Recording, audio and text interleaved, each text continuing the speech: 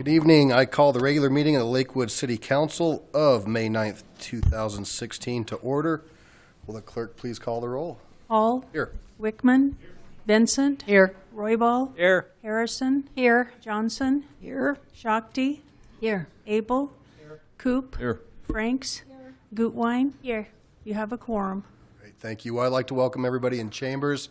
We have quite a few special guests tonight, and for those of you watching at home, we appreciate you tuning in. If you do have a cell phone in here, please turn it on silent. And I ask if you would please join me in the Pledge of Allegiance and remain standing for a moment of silent prayer. Thank you. I pledge allegiance to the flag of the United States of America and to the republic for which it stands, one nation, under God, indivisible, with liberty and justice for all.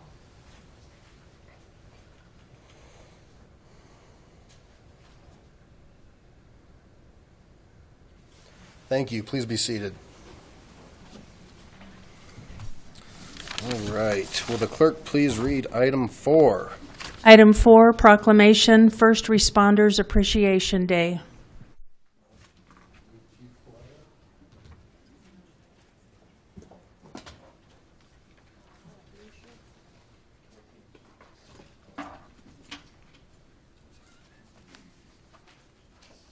How are you? Nice to see you.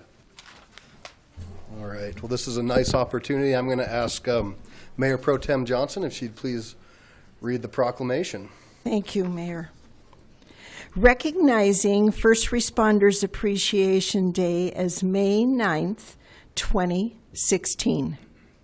Whereas the month of May contains Peace Officers Memorial Day, National Police Week, and International Firefighters Day, and whereas the members of the first responder organizations undergo significant education, training, and personal sacrifice in order to achieve the expertise required to respond to emergency situations, and whereas individuals, both career and volunteer, from 911 dispatchers, law enforcement, fire, emergency medical services, search and rescue, and other organizations in the public safety sector, come together as first responders to protect and aid the public in the event of an emergency, and whereas every day first responders risk their own safety in the performance of their duties to protect our communities, and whereas first responders are ready to respond 24 hours a day, 7 days a week, and are our first and best defense against emergencies that threaten our communities. And last one, whereas first responders are vital in every community to maintain safety and order in times of crisis. Now, therefore, on behalf of City Council and the people of Lakewood, City of Lakewood, I, Adam Paul, Mayor of the City of Lakewood, Colorado, by virtue of the authority vested in me, do recognize First Responders Appreciation Day as May 9th, 2016. Right.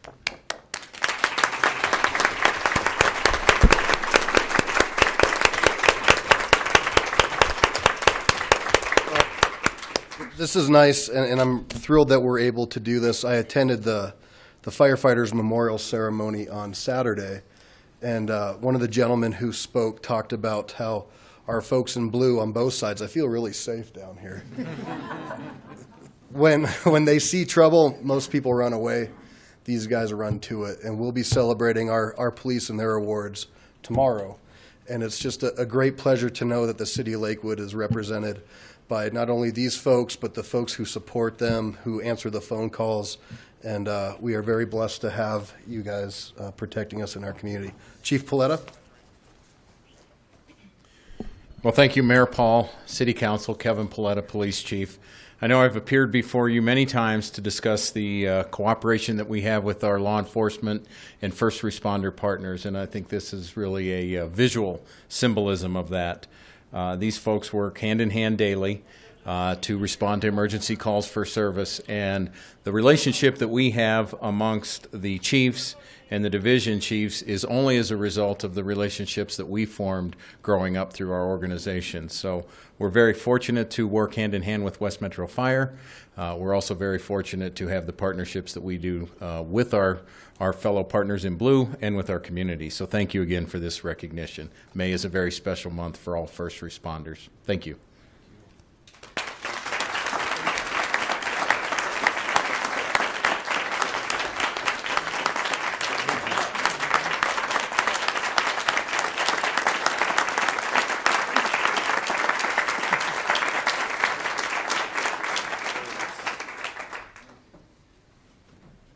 Mayor Paul and City Council, on behalf of West Metro, I'm Division Chief Steve Azeltine. I'm the C-Shift Commander, and I just wanted to say that your recognition means a ton to the men and women at West Metro that work hand in hand with you every day to help protect this wonderful city that you've helped create, and we are truly honored to work here.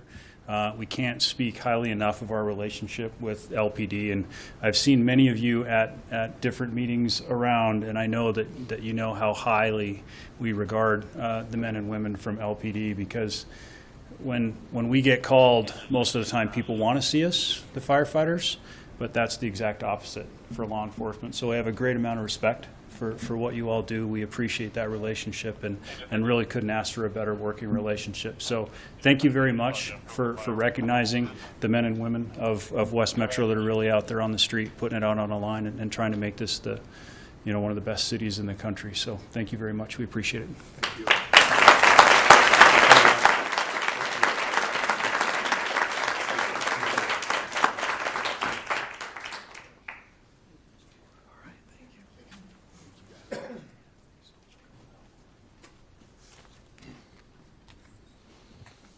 Clerk, please read item 5.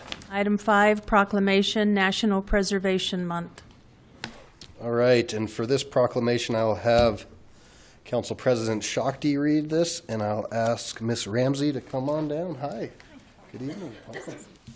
Recognizing May 2016 as National Preservation Month. Whereas historic preservation is an effective tool for encouraging sustainable development, revitalizing neighborhoods, fostering local pride, and maintaining community character while enhancing livability. And whereas historic preservation is relevant for communities across the nation and for Americans of all ages, all walks of life, and all ethnic backgrounds. And whereas it is important to celebrate the role of history in our lives and the contributions made by dedicated individuals in helping to preserve the tangible aspects of the heritage that has shaped us as people. And whereas the month of May is designated as National Preservation Month with the theme of This Place Matters this year, and whereas the celebration of National Preservation Month gives Lakewood the opportunity to publicly recognize the participation and dedication of the members of the Historic Preservation Commission, the Lakewood Historical Society, and others who have contributed their time and expertise for the betterment of the community. Now, therefore, on behalf of the City Council and the people of the City of Lakewood, I, Adam Paul, Mayor of the City of Lakewood, Colorado, by virtue of the authority vested in me, do hereby recognize May 2016 as National Preservation Month. Right. I'm going to present that to you. Thank you.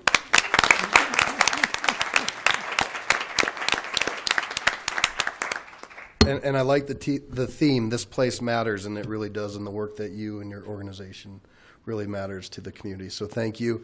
Councilor Vincent, I think, has a couple things to say, and then the mic is yours. Okay, perfect. Most of you may know I was on this commission. It was a hard one for me to give up when I became council person. In fact, I tried to do some finagling so maybe I could be an advisor or something. But what you all do is terrific. It's tough because you have to balance a lot of things. And what I've noticed is as I go through the community, I think there's more of an awareness now of historical preservation and what it means for Lakewood. You've all done a terrific job. I know you're going to be working hard because I know a lot of the things that are in front of you. So I just personally like to say thank you. Thank you, Sharon. I appreciate your support. Thank you. Yeah. I have an annual report to make to the City Council. It's part of our annual obligation as a certified local government. So I just have this PowerPoint. I'll do that.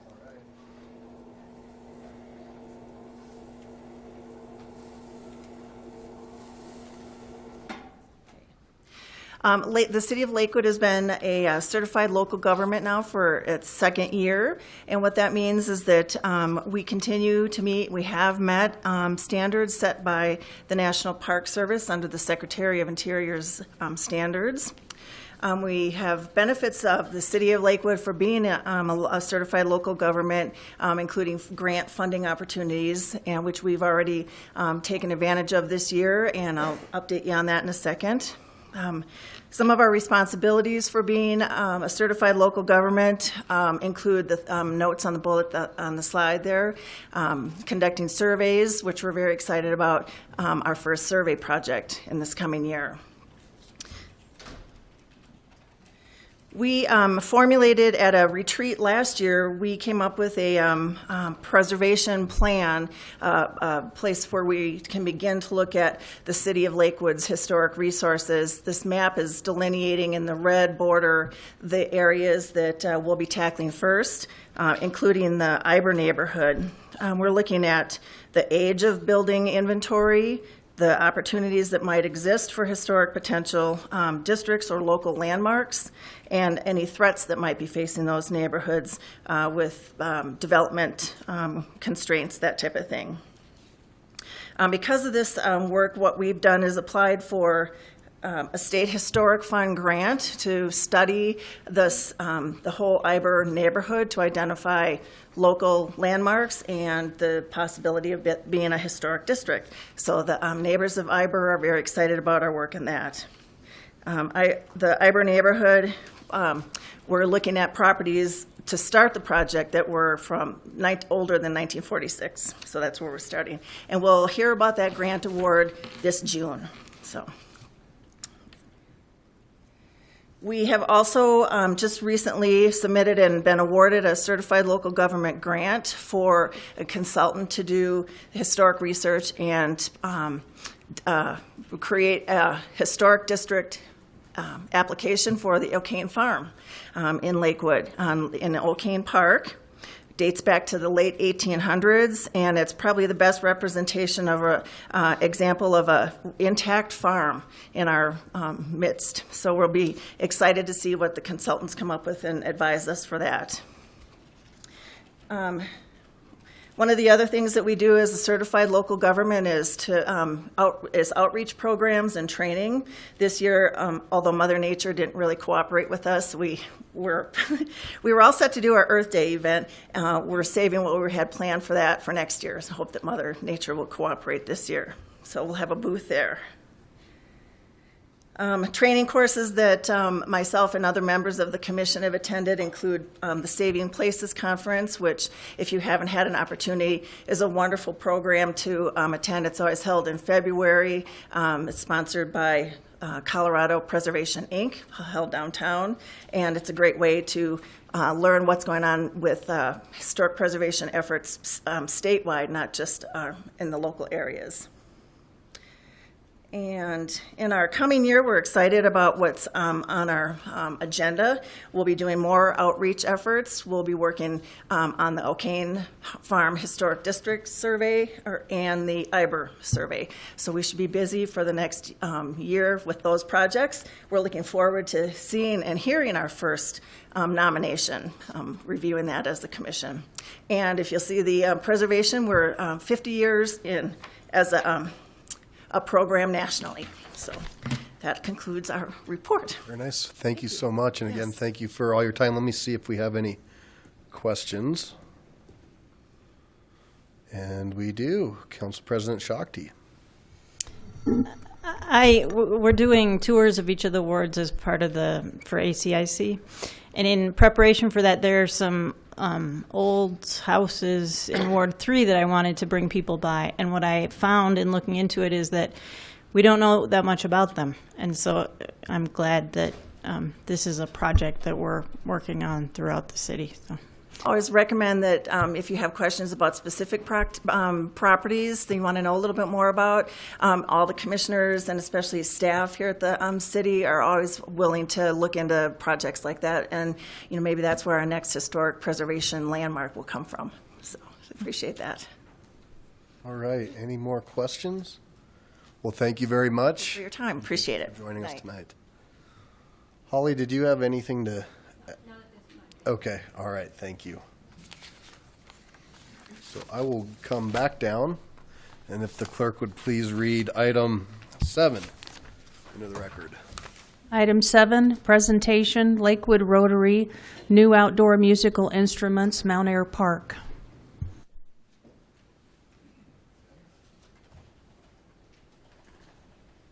Good evening, how are you? Great. All right, welcome. Good evening. My name is Dennis Lovas, and I am president of Lakewood Rotary. On behalf of Lakewood Rotary, I'm here tonight to present you with a check for improvements to Mount Air Park and to thank you for the work you do for Lakewood citizens. I didn't realize the first responders were going to be here, but I would say personally I've benefited from them 3 times, and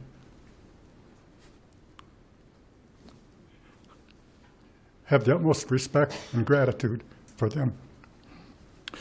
Well, the presentation tonight all began a year ago when we invited Alexis Moore to a Rotary meeting to tell us about the work of the Lakewood Planning Department.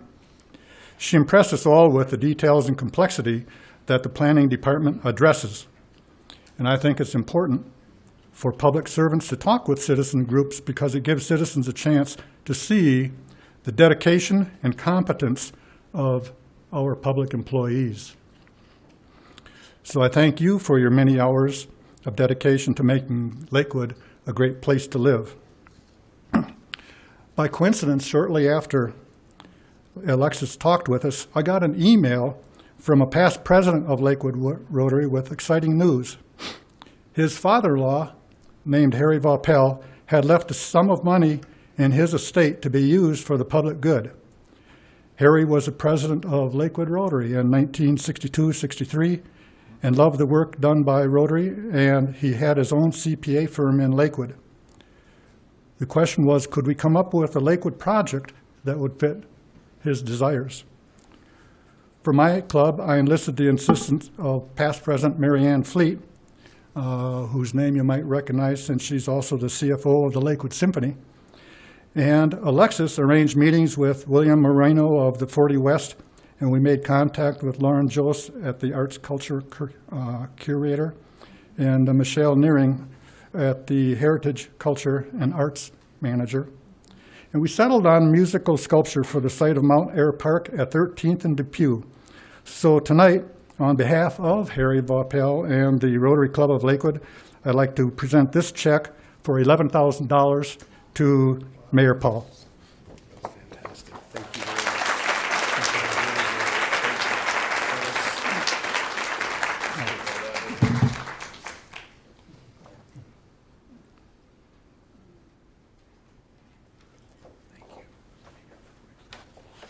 Well, this is wonderful, and we gladly accept. And to see this picture, this park is in an area where I think a lot of kids will definitely benefit and hopefully be, turned on to some new things through this. So, Lakewood's a great community because people care, and you coming out tonight in your group, we can't thank you enough for that. Thank you. So, thank you.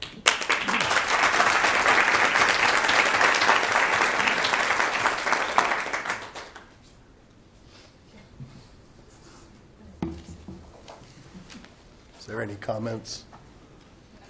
Oh, geez. Sorry. I didn't know what I was supposed to do. Yep. Hi, I'm Laura Laban. I work with Sprout City Farms.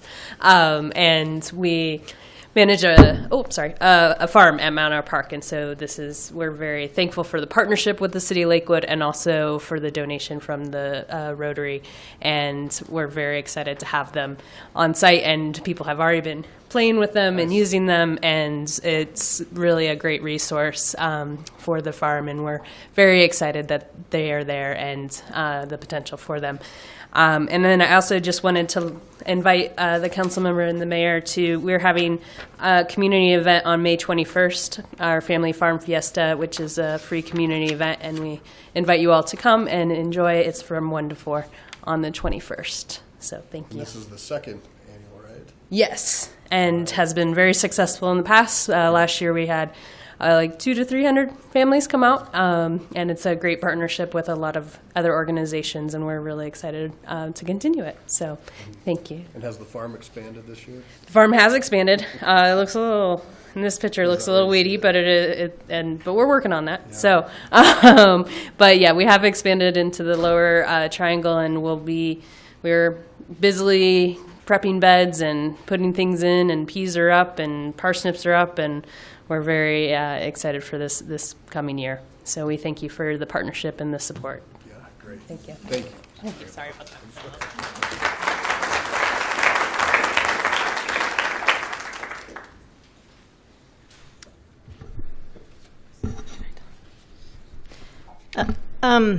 I think it will be exciting to see this picture in a little while when the garden is growing and the kids are playing the instruments.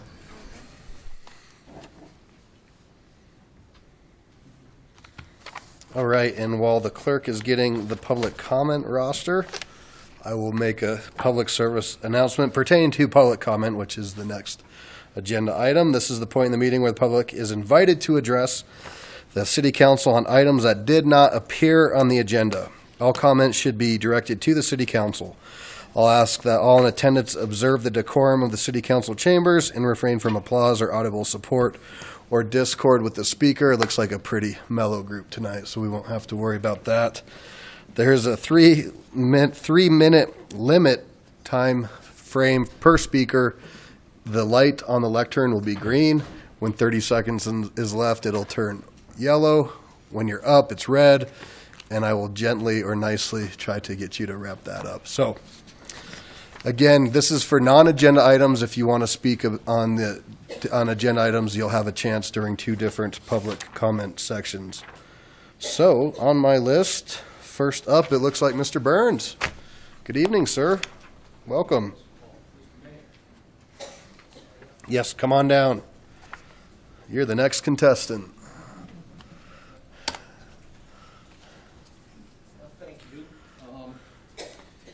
My name's Mike Burns. I moved to Lakewood in 1971, first graduating class, Green Mountain High School. I've been here a while. And my concern is that I'm afraid that Lakewood City government has forgotten the citizen, that we are now on the very back seat. And it's in regards to development. I love development, but I like smart development.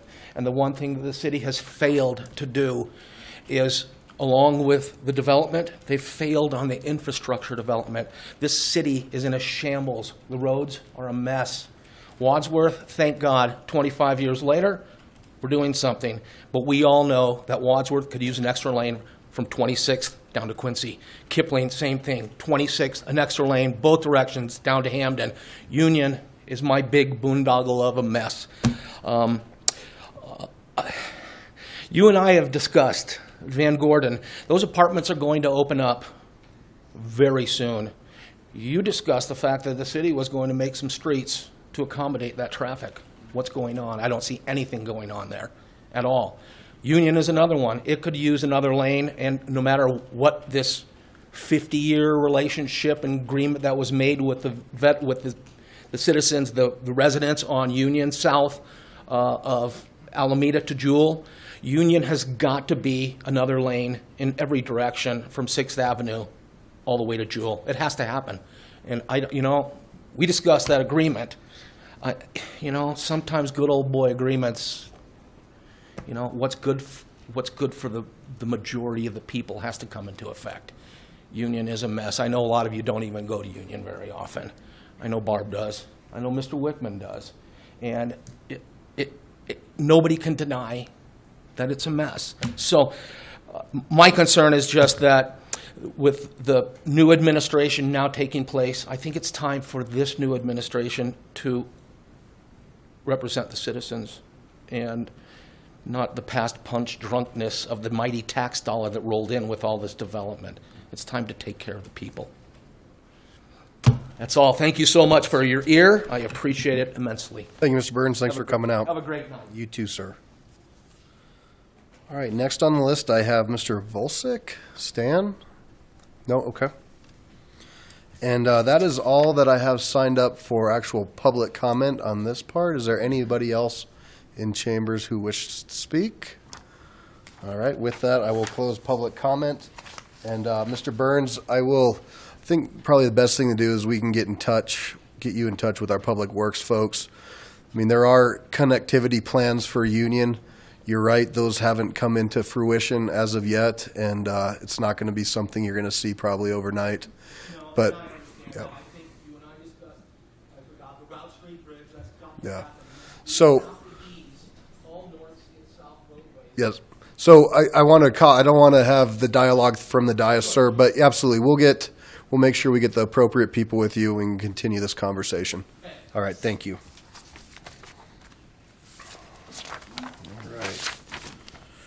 Next up, we have the consent agenda. The use of the consent agenda has been made to expedite council action. It contains both resolutions and first reading ordinances. Tonight, I think we have 2 and 2. Resolutions are items of a routine nature. Members of the public will have an opportunity in a moment to comment on any of the proposed resolutions. First reading ordinances appear on the agenda only for the purpose of setting future public hearing dates and ordering the newspaper publication of the proposed ordinance. No public comments will be heard this evening on first reading ordinances. The public will have the opportunity to comment on the proposed ordinances during the scheduled public hearings on the dates set tonight by the City Council. Any council member may request an item on the consent agenda to be removed for separate discussion and action under general business. Will the clerk please read the items on the consent agenda into the record? The consent agenda consists of items 9 through 14 inclusive. Item 9, Resolution 2016-25, reappointing Mark R. Hunter to the Metro Wastewater Reclamation District Board of Directors. Item 10, Resolution 2016-26, approving award of funds under 2016 Charitable Giving Program of the City of Lakewood. Item 11, Ordinance O 2016-9, amending Sections 2.20.050 paren B and 2.20.050 paren F of the Lakewood Municipal Code pertaining to compensation of municipal court judges. Item 12, Ordinance O 2016-10, approving a supplemental appropriation for the 2016 fiscal year from the city's general fund reserves to fund the settlement of the Davies versus City of Lakewood litigation. Item 13, approving the minutes of the regular city council meetings of March 14th and March 28th, both 2016.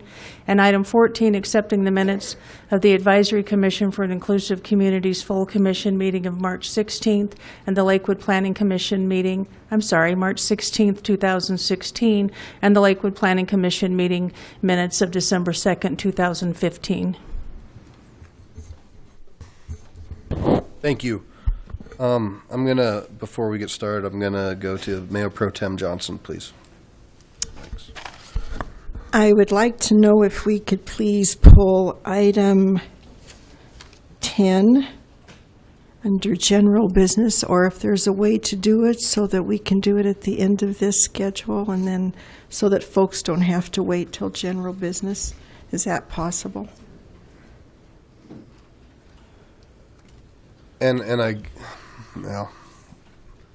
Mr. Cox. It has long been the practice to move items into general business. The chair does have some discretion to make changes to or propose changes to the agenda if the council wants to move some things around. Well, yeah, it hasn't been our practice, but there's a lot of people here for this, so we could potentially have a long night. Could we potentially pull number 10 and do two separate votes, voting on items 9, 11, and 12 first, and then come back and vote on number 10? 13 and 14 being part of the consent. I'm sorry, absolutely. Have a vote on the consent agenda, except for item Minus, yes. and then you could take up item 10 if that's your preference. Is that okay with this body? Just give me a shake if that's okay. All right. So we'll go ahead and do that. So let's hold off on the public hearing for item number 10, which is approving award of funds under the 2016 charitable giving. So I will now open up public comment on items 9, 11, 12, 13, and 14. Nobody has signed the roster to speak. Is there anybody who wishes to speak on those? With that, I'll close public comment and ask President Shakti for a motion, please. Mayor Paul, I move for approval of the council minutes, for acceptance of the minutes of boards and commissions, order all ordinances introduced on first reading to be published in the Denver Post with public hearing set for the date included in the ordinance, and for adoption of the resolutions with the exception of Resolution 2016-26, all of which are included in the consent agenda, items introduced into the record by the city clerk. Second. All right, there's a motion and a second. Any discussion? Seeing no discussion, please cast your votes. All right, and that passes 11 ayes, 0 nay. So will the clerk please reread into the record item 10? Item 10, Resolution 2016-26, approving award of funds under 2016 charitable giving program of the City of Lakewood. Thank you. I will now open the public hearing on item 10, and I do have a roster. There's two folks signed up to speak. Ms. Hancock, come on down.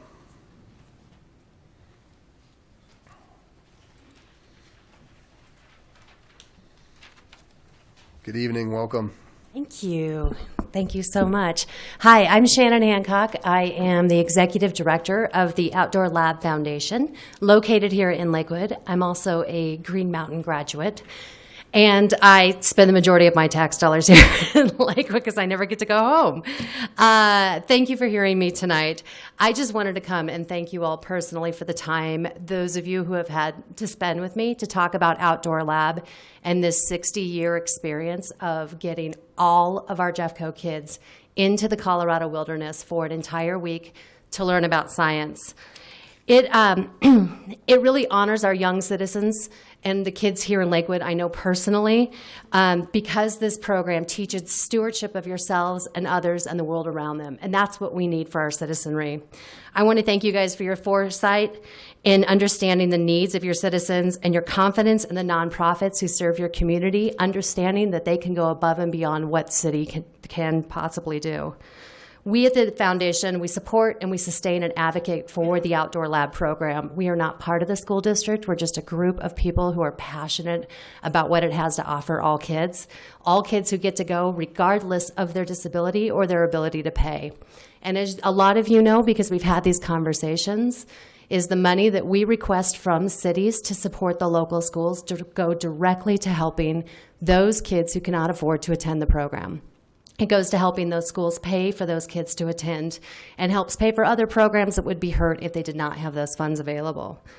I just want to let you guys know that without your help, this wouldn't be possible. What we're able to do, the fact that Outdoor Lab is still here after 60 years, that it's still here after 5 years ago when it was about to close, is because of what Lakewood has done in the past and what we're asking Lakewood to do now. And so we really, really appreciate what you guys are doing through your charitable giving program.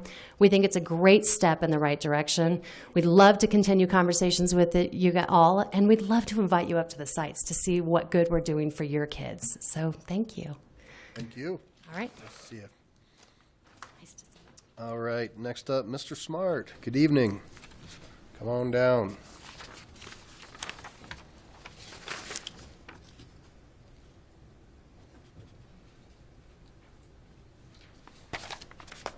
Good evening, Mayor Paul, members of the council. My name is David Smart. I'm the president and CEO for Eaton Senior Communities, just down the street. We serve very low-income seniors, independent and assisted living. We had an original vision for our community, and that was to be much more than just an apartment building that houses old people. We have a very service-rich environment. And we also, like most nonprofits, operate on a shoestring budget, limited resources. And so when we ask for something, it's usually something that we really, really want, but we're saving money and we have other higher priorities. So I wanted to thank you very much for the gift that hopefully will be approved here in a second for a piece of exercise equipment. We have a partnership with Legacy Healthcare that provides physical therapy, occupational therapy, speech therapy on site. And that's really important because most of our residents don't drive anymore. So we have some transportation that get them to the grocery store and things like that, but we can't get everybody to every doctor's appointment or every therapy appointment. So when we have physical therapy on site, they have access to that where they can just walk down the hall or ride the elevator. And this particular piece of equipment is kind of amazing. It's kind of an elliptical that you sit down in, and it enables people, if somebody just had a knee replacement, they can do exercises with this equipment. And it's something that we've wanted for a while and we haven't been able to afford. The indirect benefit of that is people are able to stay living independently as long as they possibly can, high quality life. It keeps them out of the nursing home, it keeps them out of the hospitals, and it keeps them out of rehab units that cost a lot more money. So we try to be very responsible with our fiscal resources, and we really, really appreciate, I think somebody said, this is a very caring community, and I just want to second that and thank you very, very much. We're very, very grateful for your support. Thank you, Mr. Smart. Thanks for coming out tonight. All right, that exhausts the roster. Anybody else wish to speak? All right, nobody else in chambers? Sir, come on down. Good evening, welcome. Mr. Mayor, council members, my name is Richard Evely. I'm the Executive Director of Second Wind Fund, and I would like to speak in support of this resolution. The funds that the city can provide to support these essential services will save lives. 6% of children in high schools and middle schools in Colorado attempt suicide. And the money that Second Wind Fund receives comes from individuals, comes from many city councils, comes from foundations, and it really does take all these different revenue streams to ensure that we can continue to provide the professional life-saving services that we do provide. And Lakewood is no different. The work of the Legacy Foundation is outstanding. Your support of this resolution would be most appreciated because there are children in Lakewood who are at risk of suicide today. There are children in Lakewood at risk of suicide that have no other access to professional support apart from through Second Wind Fund. And so as a resident of Lakewood, I would be even more proud to be living here if this received good and strong support from every member present. Thank you. Specifically, thanks for coming out. Anybody else in chambers? All right, with that, I will close public comment and entertain a motion, please.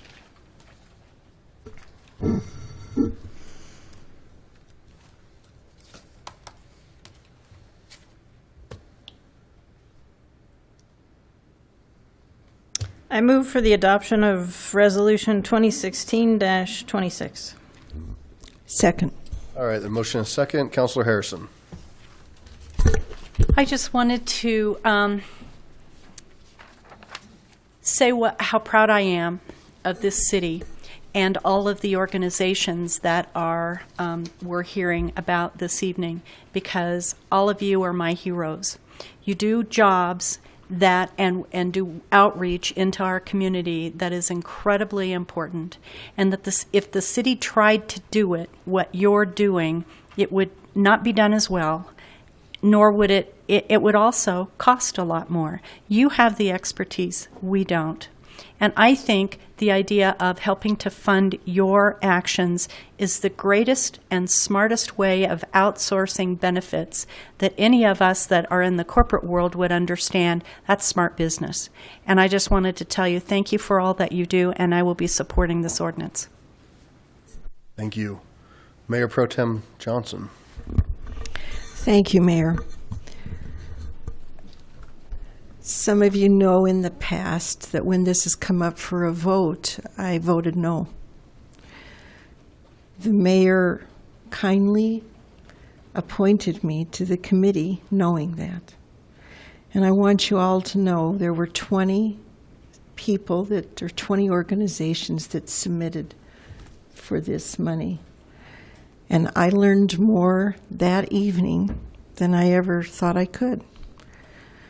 We have some organizations in this community that make a difference in a very real way in people's lives, and literally in some places, in some ways, save people's lives. And I want to thank you. Several years ago, when I was in the state legislature, I was lobbied to vote for a bill. It was against my conscience, frankly, against the way that I believed.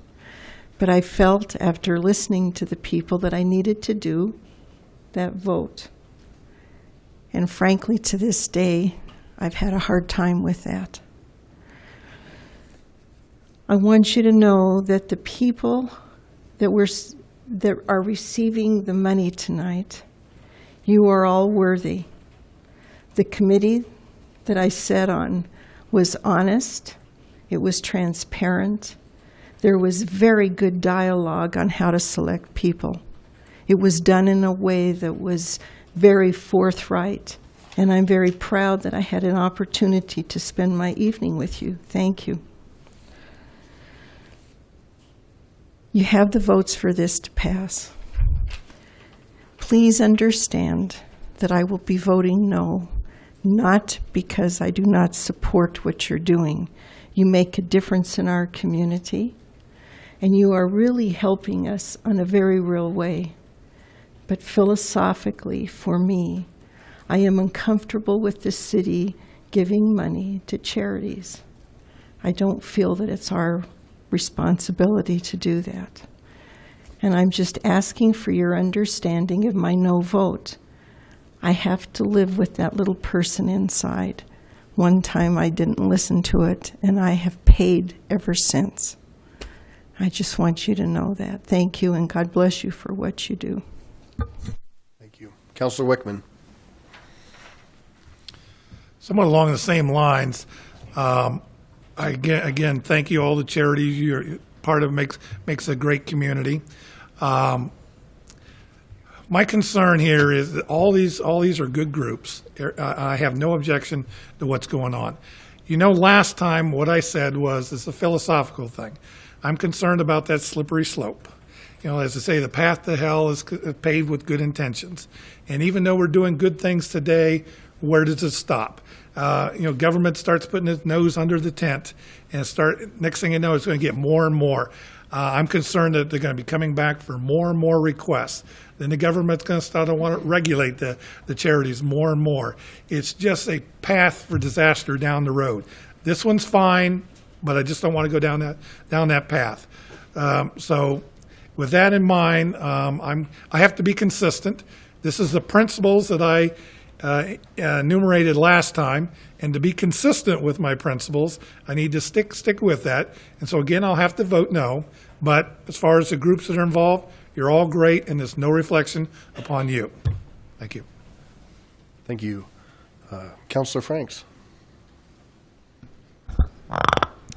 Well, I'll be reiterating a little bit of what Councillor Johnson and Councillor Wickman said. In my earlier vote, based on the fact that I ran on a platform of representative government, and the preponderance of the citizens in Ward 4 reached out to me and indicated that they prefer personal giving and would love to see, as Councillor Abel had recommended, rather than just a Colorado Gives Day, that if we were to, as a community, set up a Lakewood Gives Day, that we could potentially give people that avenue for putting their dollars into the programs that they would love to put them into, while then keeping the tax dollars focused on the services that the city should provide.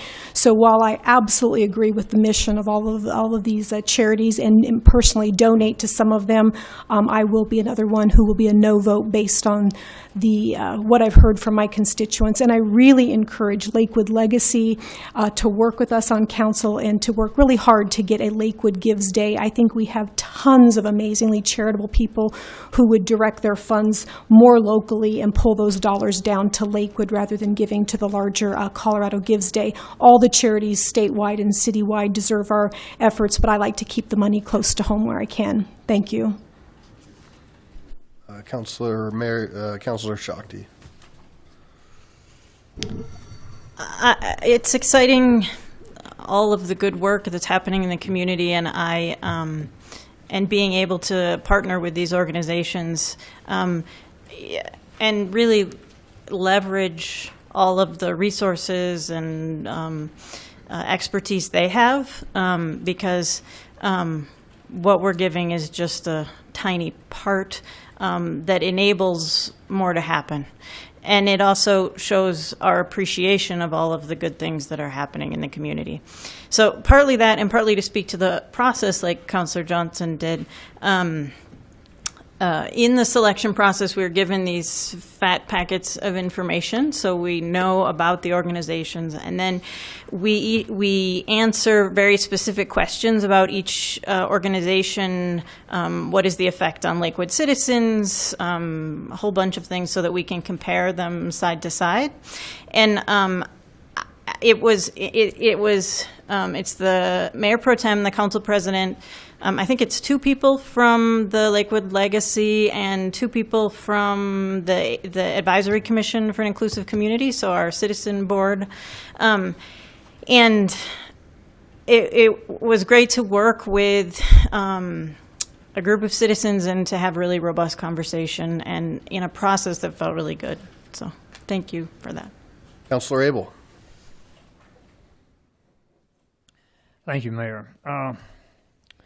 This is especially difficult. I'm very conflicted by this. I would be less so if all of the entities that we would be donating money to were Lakewood-centric. And there are a couple in here, more than a couple, that really grab my heart. But I have to remember that it's not my money. When I was running for office, I told folks I would be careful about how I spent their money, and it's difficult to spend it even for the operation of the city. I do hope that we can bring the community together in a Lakewood Gives Day and offer more money to more groups and not use my neighbor Lois's tax money to support something that she may choose not to support out of her own checkbook.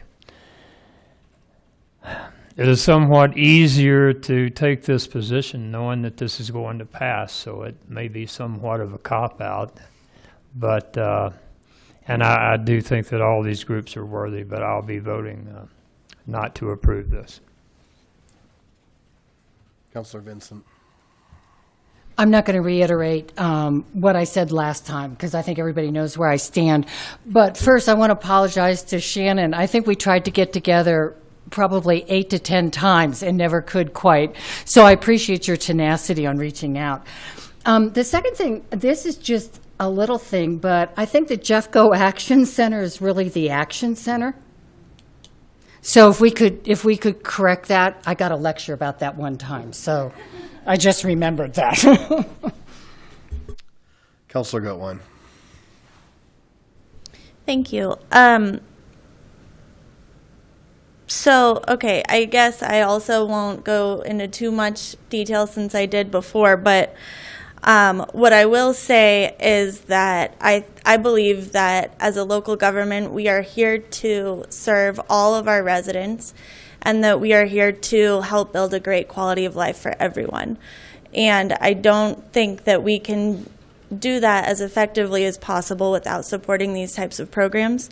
I believe this is just the tip of the iceberg. I know that Outdoor Lab Foundation, for example, I believe it was over $100,000 to cover all of our free and reduced lunch students, and we're covering 9,000, and I'm so thankful that we're doing that. But you know, this is a portion of the need.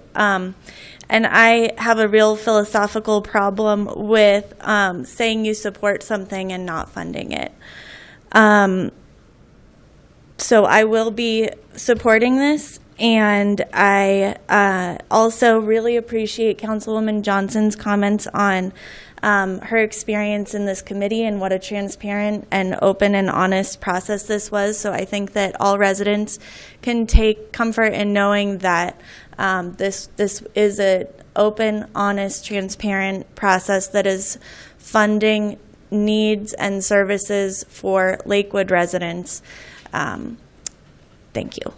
And one last thing is I just really want to thank all of you so much for the work that you are doing in advocating for these groups and providing those services to them. It's incredibly important, and I really admire you. Thank you. All right, thank you.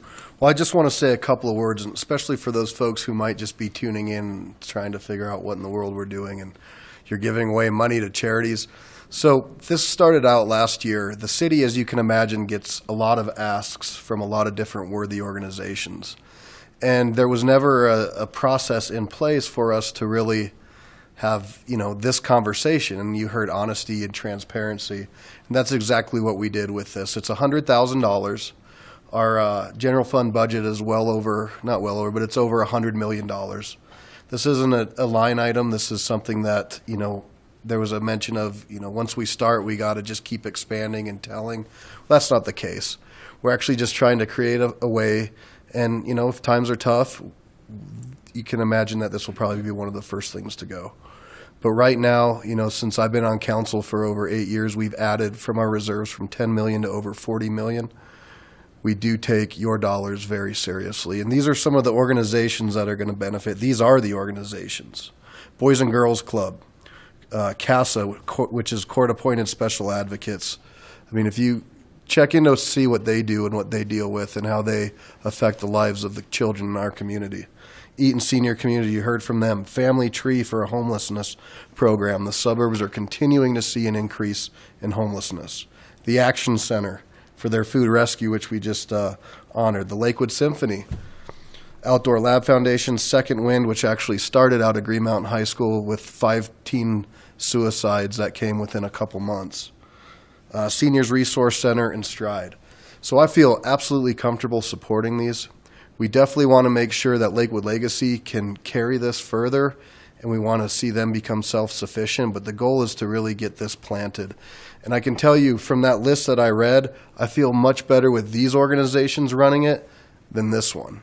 Government shouldn't be all things to all people, and these folks do a great job with the little bit of dollars that they have, and I think it's prudent that we can support their missions because they can do it a lot better than we can. So I will be supporting that. With that said, please cast your votes.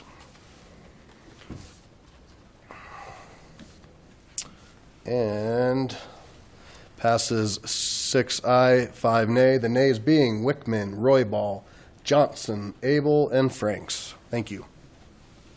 And thank you for everybody coming out tonight. Appreciate it.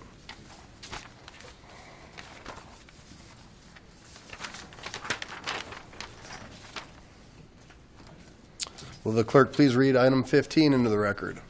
Item 15, ordinance O 2016-5, establishing a local advisory board for the city of Lakewood pursuant to the Colorado Noxious Weed Act and appointing members thereto. All right. So we do not have a presentation on this. I will entertain a motion.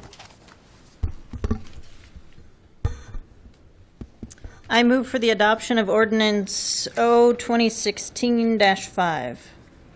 Second.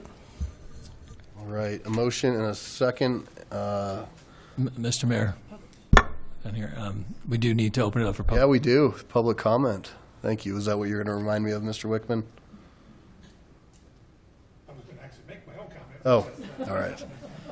So I will now open the public comment on the establishment of a local advisory board for the city of Lakewood pursuant to the Colorado Noxious Weed Act and appointing members. We're very excited that we have people volunteering to be part of the Noxious Weed Act. Thank you. So with that, public comment is open.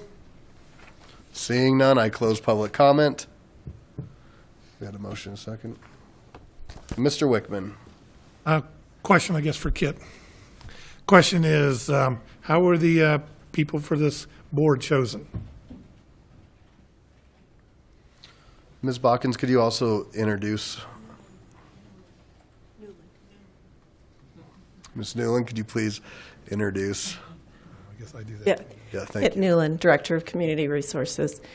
The individuals were chosen due to their previous participation, and interest that they've expressed in noxious weeds, and their cooperative working with the staff. And who chose them? The staff in parks. And was there any attempt to, was it put out for public bid? I mean, No. How did citizens know to apply? No, it wasn't put out to public bid. No. Nobody would have known unless we asked them specifically because we knew of their interest. Well, the reason I ask is I have a constituent in my ward who's very much into this. And it's the sort of thing, you know, I'm not excited about, but this person is. And I've always told this person, if you're interested, go to the city, see if you can work with them. And then I find out they didn't have an opportunity to even apply. I believe that there is an individual on the committee who is from Ward 4, Ryan Fitzgerald. Well, this is, like I said, this is another person. And I'm disappointed they didn't have an opportunity to apply. Yes, and she is, I know who you're speaking of, and she does participate with us, and she's a regular volunteer, and she's very much appreciated. That's all I can say, that this is a committee of people that are going to be able to help us with the, this is a group of people who have the expertise to be able to help us with this. Well, you know me, it's process. And I wish you had asked people to get involved. Pardon me, Ms. Newland, can you speak to the terms that these folks will be serving and when there may be an opportunity for a new member? Oh, yeah, Thank you. The terms are rotating, so we have 3 individuals, and I would like to recognize them if that would be okay at this point in time. Stanton LaBreche is in the back there, Tom Quinn, and Ryan Fitzgerald, who's back there. Thank you all so much for volunteering your time. And they're rotating terms, so this first time we have Stanton is going to be 1-year term, Ryan is a 3-year term, and Tom is a 2-year term. So as soon as that first term is up, then there'll be an opportunity. And we're welcome to hearing from people who are interested, definitely. Because this is an area that there aren't a lot of people who loves weeds, truthfully. Not a lot of people, as you indicated, Councilor Wickman. So we are interested in hearing from people who have a passion for this topic. Ms. Franks, do you have a follow-up or a question for Ms. Newland? I did. It was along the same lines as Dave. Dave and I have been, attending the Ward 4 meetings before I was even on council. And the particular person we mentioned, I think a lot of this got spearheaded because of their dogged willingness to keep coming and bringing it up. So I do have great concerns about the fact that she's not on or maybe was not considered. So that is a concern of mine, just because we're actually going to be hiking Green Mountain for her to show she's very engaged in it and seems to know these issues. So that's also a concern for me, that there wasn't a more open way to select these. Well, it's it's not, it wasn't spearheaded by her. It's a state requirement that we need to meet. And so it's something that we absolutely have to do legally. And the people that are on the committee have specific knowledge about this topic. And she does have some, but these are state requirements about state weeds. So there's a little bit more science behind it. So, and as I said, she is working closely, and we do appreciate all that she does for us. And there'll be an opportunity for others to volunteer for this committee in the future. Just a follow-up question, can we get the list of qualifications, if there's specific qualifications? That way we know who could apply and who couldn't. That way we could kind of, and I did not know about the state requirement, but yeah, that would just help us to know that we can let people know what the requirements are. Sure. Thanks. Mr. Abel. Pardon me. I know the background of at least one of the members, Mr. LaBrush, had a long career with Jeffco Open Space and has expertise in this field. Can you brief us on the background of the other two, and that might help illustrate why they were chosen? Mr. Quinn, our former councilperson Quinn, has a background in environmental law and science, law, and he's worked in the environmental world for his whole career. He also spent many years volunteering in our regional park system prior to his tenure with City Council, and he still is now. And Brian Fitzgerald worked side by side with Judy King, who you've mentioned. He's been a volunteer in our park system for many years as well. Mm-hmm. Ms. Gutwein, and then Ms. Harrison. Just briefly want to say that I'm glad that this is happening, and to kind of take a big picture look at just being thankful. And I'm sure that the person that is being referred to that I'm not very familiar with will probably be thankful that this is happening to address her ultimate concern, which was the weeds on Green Mountain. Thank you. Ms. Harrison. I just wanted to mention that I think that this is a great idea. And this is only the first time we've done this. So citizens that are interested in attending these meetings and whatnot would be, we always have open meetings in the city of Lakewood. So there wouldn't be any problem for anybody that's interested to participate in this. The better part about this would be that the more eyes knowing where the weeds are in Lakewood, the better off the city of Lakewood would be. So anybody that knows where they are and could help pinpoint and follow what the state law is, the more the merrier. Thank you. Okay, anybody else? Ms. Newland, thank you. Thank you. And I again would like to echo and thank the folks, Stanton, Tom, and Ryan, for your willingness to serve. I have great faith in our staff that they've chosen some folks who are very capable of doing this job, and it's probably not very glamorous, but thank you for being willing to do it, because it is very important. So with that said, there's a motion and a second. Please cast your vote. And that carries 11 ayes, 0 nays. Go forth and get rid of weeds. Noxious weeds. Will the clerk please read item 16 into the record? Item 16, Ordinance O 2016-6, to rezone land located at 1650 Kipling Street, Lakewood, Colorado, 80215, County of Jefferson, State of Colorado. I also need to read a memo into the record, if I may. On May 6, 2016, a legal protest petition was submitted to the office of the city clerk in opposition to the proposed rezoning of the subject property. It appears that the petition is in conformance with Article 9.2 of the City Charter and Chapter 1.20.020 of the Municipal Code.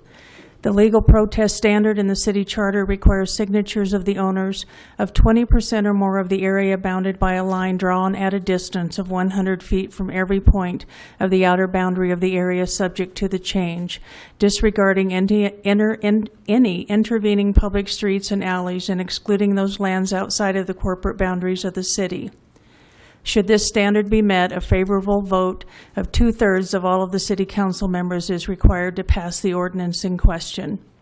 The 100-foot buffer contains an area of approximately 12,022 square feet. Therefore, the 20% minimum area required is 2,404 square feet. The petition contains signatures representing 3 properties along West 17th Avenue, totaling 23%, or 2,782 square feet of the buffer area. In summary, the standard for the legal protest outlined in the city charter and the municipal code has been met, and a 2/3 majority of all members of the city council will be required in order to approve the rezoning ordinance.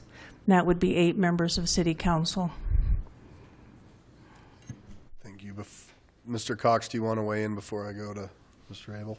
Well, we at least need to get onto the record that late today, 3 letters were delivered to the city, purportedly signed by the 3 property owners who submitted the legal protest.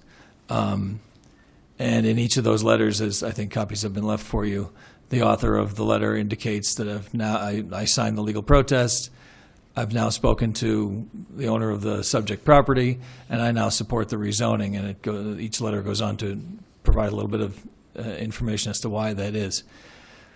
So we've got an unusual situation where a legal protest was filed in a timely fashion, signed by the requisite number of people in accordance with the terms of our charter. And then we have some other evidence in written form. I don't know if any of the 3 people are here to testify tonight, but the 3 of them have indicated now support for the project that they protested a short time ago. If we were in court, we'd have an issue about admissibility of evidence and authentication of documents and things like that. The City Council is not bound by those rules of evidence, so you're free to consider and give such weight as you think appropriate to any of the evidence presented to you. That doesn't answer the question about what the vote required for this process will be, and I will start by saying we spent some time researching the issue today when we had a hint that there might be at least one person looking to withdraw their protest. We found no authority on point. Legal protests are not all that common. The process to have one is a familiar one for a lot of jurisdictions, but they don't come up all that often. And so I've not found any examples of a protest being filed and then being either partially or completely withdrawn by the protesters. I would add that, as you'll see in each of the letters, none of the 3 said, I hereby withdraw my protest. They each said, I now support the rezoning. In the scheme of things, in the absence of some guidance on how we would handle a protest like this, one point would be, you heard from the clerk in that memorandum from property management that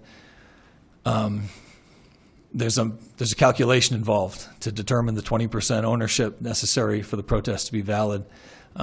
If one of the 3 were to withdraw, and if that happened tonight, we'd have an issue with timing because somebody would have to do that calculation and determine how does that affect the 20% rule now that there are 2 property owners rather than 3 signed on. That's not the case. We have all 3 who have apparently indicated their desire to support the project. It's a kind of a judgment call when we don't have law to rely on. The charter simply talks about the ability to file a protest and the terms under which one does it. It doesn't say anything about withdrawing it. So I think the question is, should the council be requiring the additional 2 votes necessary, 2 or more votes necessary to pass the rezoning ordinance, or should it adhere to its normal standard? I think we may have a little bit of a tougher defense of the process if we use the higher standard under these circumstances, but really it's a close call. And I think a typical rezoning requires a majority vote, and you now have evidence before you that there's nobody protesting this development. So my recommendation would be to go with the majority vote. Okay, thank you, Mr. Cox. Ms. Harrison, is that a question or is that a follow-up question to Mr. Cox? No. Okay. And I'm going to go to Mr. Abel, please.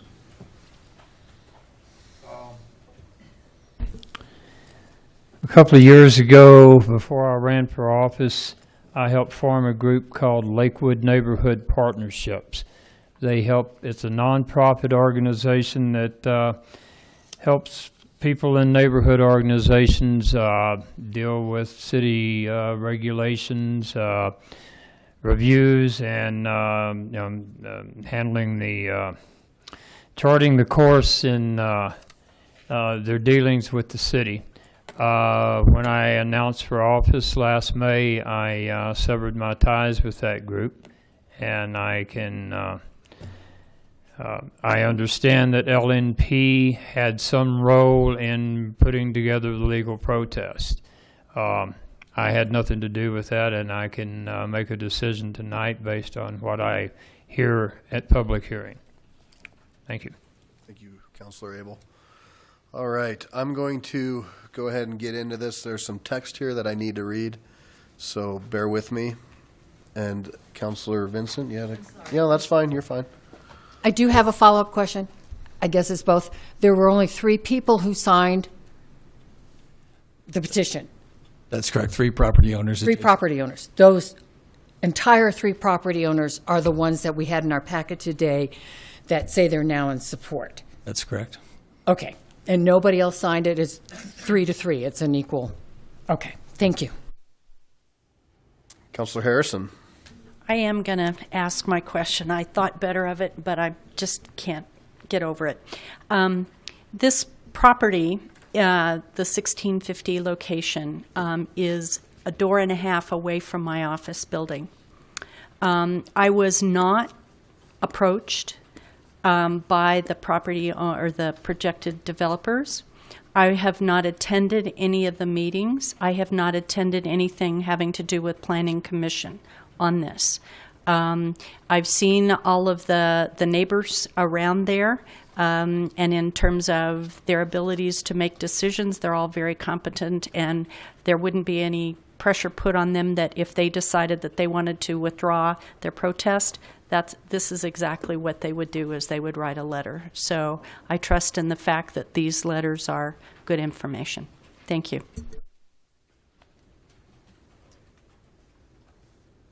Mayor Pro Tem Johnson, do you have a follow-up to Mr. Cox's synopsis? I think I do. In looking at these 3 letters, I am not a graphoanalysis, but frankly, the handwriting looks very similar to me, and it would be hard for me to say that these were written by different people. Of course, the signatures are different, but that doesn't feel good to me. Please talk to me. I'm assuming, and that's all it is an assumption based on the same observation you made, that in the interest of getting these letters to you as fast as possible today, that somebody drafted the letters, showed them to the 3 individuals, and asked if they would sign them. That's the more significant part, is who signed them rather than who was the scrivener on the text of the letter. But certainly if there's a representative of the applicant here tonight, you'll have an opportunity to ask how that process worked.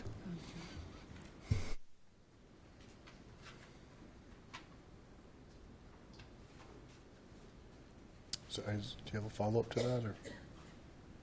I'm done. Okay. All right. Anybody else? All right. I'm going to start reading. Okay. following item is a rezoning hearing. There's a written sheet titled Rezoning Hearings Procedures at City Council Meetings on the green paper available on the table by the entrance to the City Council chambers. For those of you who may be unfamiliar with the steps we follow in conducting the hearing, you are welcome to get a copy of this information at any time. All persons present should be advised that the City Council has received and reviewed the written findings and recommendations of the Planning Commission in this manner. We have also received a notice that the entire record is available for review by members of this council. The City Council must consider only the record before the Planning Commission. The written findings and recommendations of the Planning Commission and any previously filed written objections to those findings and recommendations and the comments relating to them made during the hearing. It is not necessary, therefore, for the applicant, any proponent, or any protestant to repeat any presentation, argument, or information given to the Planning Commission. Any person who wishes to speak will be limited to the same 3 minutes that we discussed earlier, and we ask that you give us your name, address, whether you attended the Planning Commission hearing, and if you represent anybody. So with that said, will the clerk introduce item number, which you already did. So we'll skip that. It's a little bit clunky up here, bear with me. So now I will open the public hearing on this item. Is the applicant or legal representative present? All right.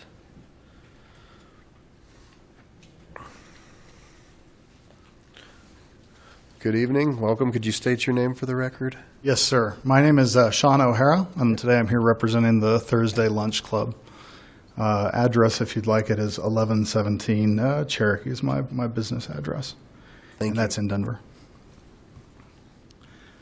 I do have a presentation prepared. I'm also prepared. I am the scribe of the letters, and I will tell you that I apologize for my handwriting on those.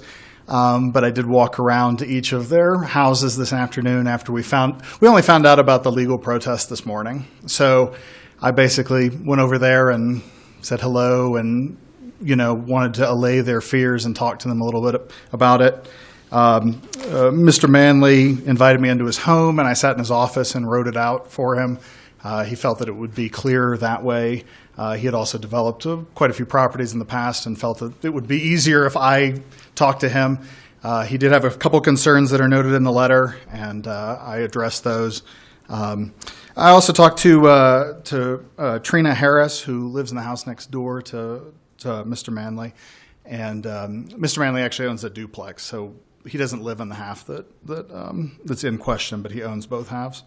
And Ms. Harris talked to me out in the front yard, and then I wrote it out on the hood of her Oldsmobile because that was the surface that she picked, and she felt that her handwriting was worse than mine after seeing the sample that I had for her. And then I went next door and I talked to Helen Thomas, and she had me write it out for her on a table in front of her home, feeling that if I could be a little more direct and to the point and understand it.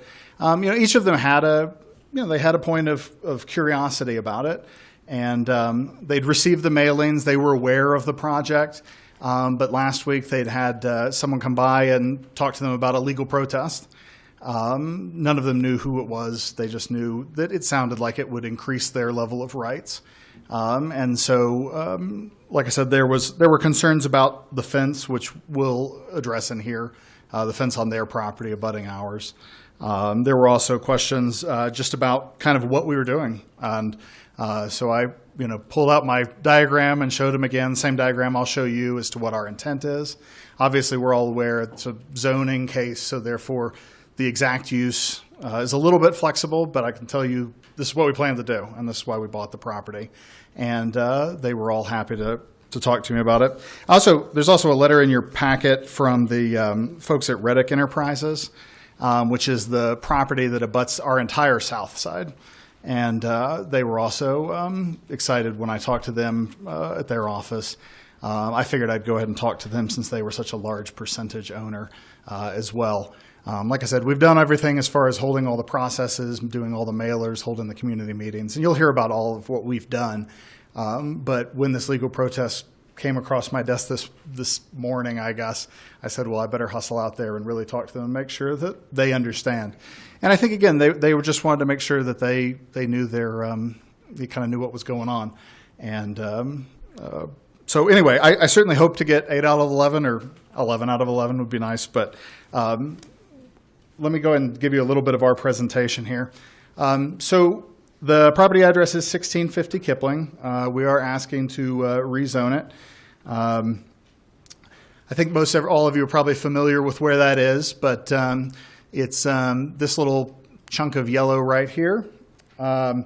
It's currently zoned R1 12, large residential, and we're proposing to switch it to a mixed-use employment urban.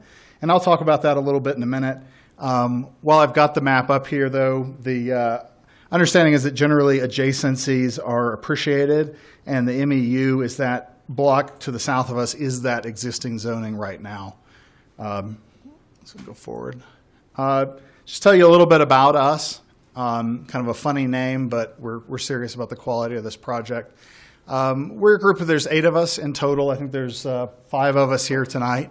All of us work for the same architecture and engineering firm. So obviously we do a lot of these projects all over the place, different municipalities. And we're, to an honest extent, we're sort of at the mercy of the developer. We looked at it and said, well, we'd really like to do a really high quality project, something that we're proud of, something that's not necessarily our client's project, but is really our project. And felt that maybe we couldn't do it individually, but if that we could pool together enough of us, then we had a better shot at figuring out how to put together the money that would be required to do it.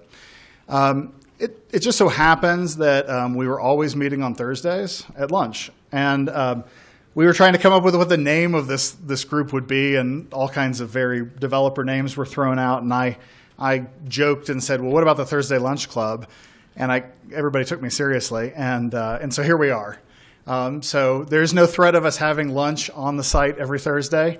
Maybe one Thursday, but not every Thursday.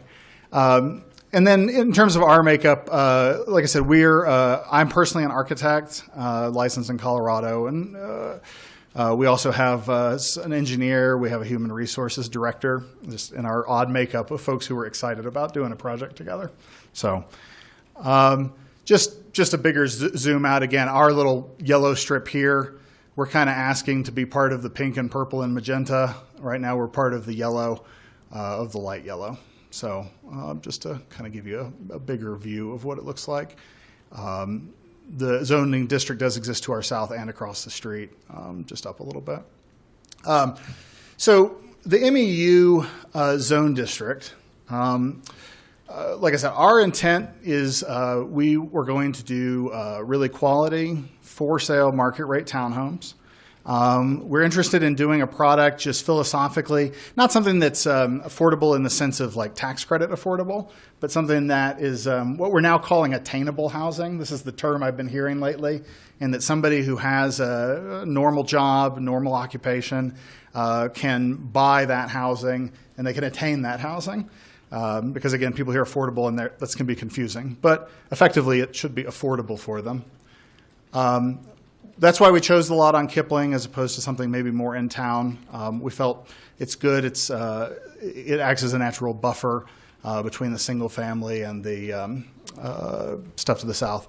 To be honest, either the MEU zone district or the residential multifamily work would work.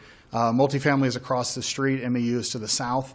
Both of them would work, but we understand that it's preferred through the process that we do something directly adjacent, so we picked MEU. The other nice thing that you'll hear a little bit from Stephen about is that the MEU also provides some height restrictions. The multifamily straight zone district for some reason doesn't. The MEU actually does provide for sort of a transitional step up. So it limits most of our site to 35 feet, where my understanding is that the multifamily would have allowed us to go much higher. But again, it's not our intent. It doesn't really work for the site. So that's kind of how we got here. I just wanted to explain it because that's maybe the thing that confused people a little bit. Just a comment. I just saw this in the paper while I was putting together this PowerPoint. Obviously, we need quality housing for residents. It's also just something to point out for employers. I a volunteer with the Denver Boy Scouts, and obviously their office is in Lakewood. I was in there the other day talking about this project, and several of the younger guys there who were 20s, 30s, were saying, well, yeah, it would be really great. I don't live in Lakewood, but I work here. It would be really great to have, another 10 great housing options that might be attainable with my salary in the city. So, plus it's only about 10 blocks away from where those employers are. So we think that hopefully a lot of folks who buy them would be looking at employment in Lakewood as well, or looking for an option. So just a theory anyway. It does fall in the Lakewood 2025 growth area, which is all kind of the purple haze there. And again, I think there's a more blown up map of that. But we're kind of in the edge, and in the blow up that Stephen has, it shows us right smack in it in terms of the growth area. Just again, I know that we can't. It's a zoning hearing, but I'm going to show you just kind of what we're planning. Probably between 10 and 13 units. We're thinking it's probably broken into 3 buildings. Obviously, we'll have the Lakewood landscape buffers. One of the folks, Bill, was largely worried about the fence, and because of the way that and you'll see that mentioned in the letter that he had me pen up for him, because of the landscape requirements, there will be buffers along his property. He just has a barbed wire fence right now and was concerned about that. But again, you'll see that. We'll meet the Lakewood landscape requirements. We also have plans that all of the units sort of have their own driveway. They have underbuilding parking and also guest parking. Again, that was a concern, especially for the folks at Reddick to the south, that there's not a lot of parking there. And I think you're also aware that 17th, it doesn't have curbs. It doesn't really have on-street parking.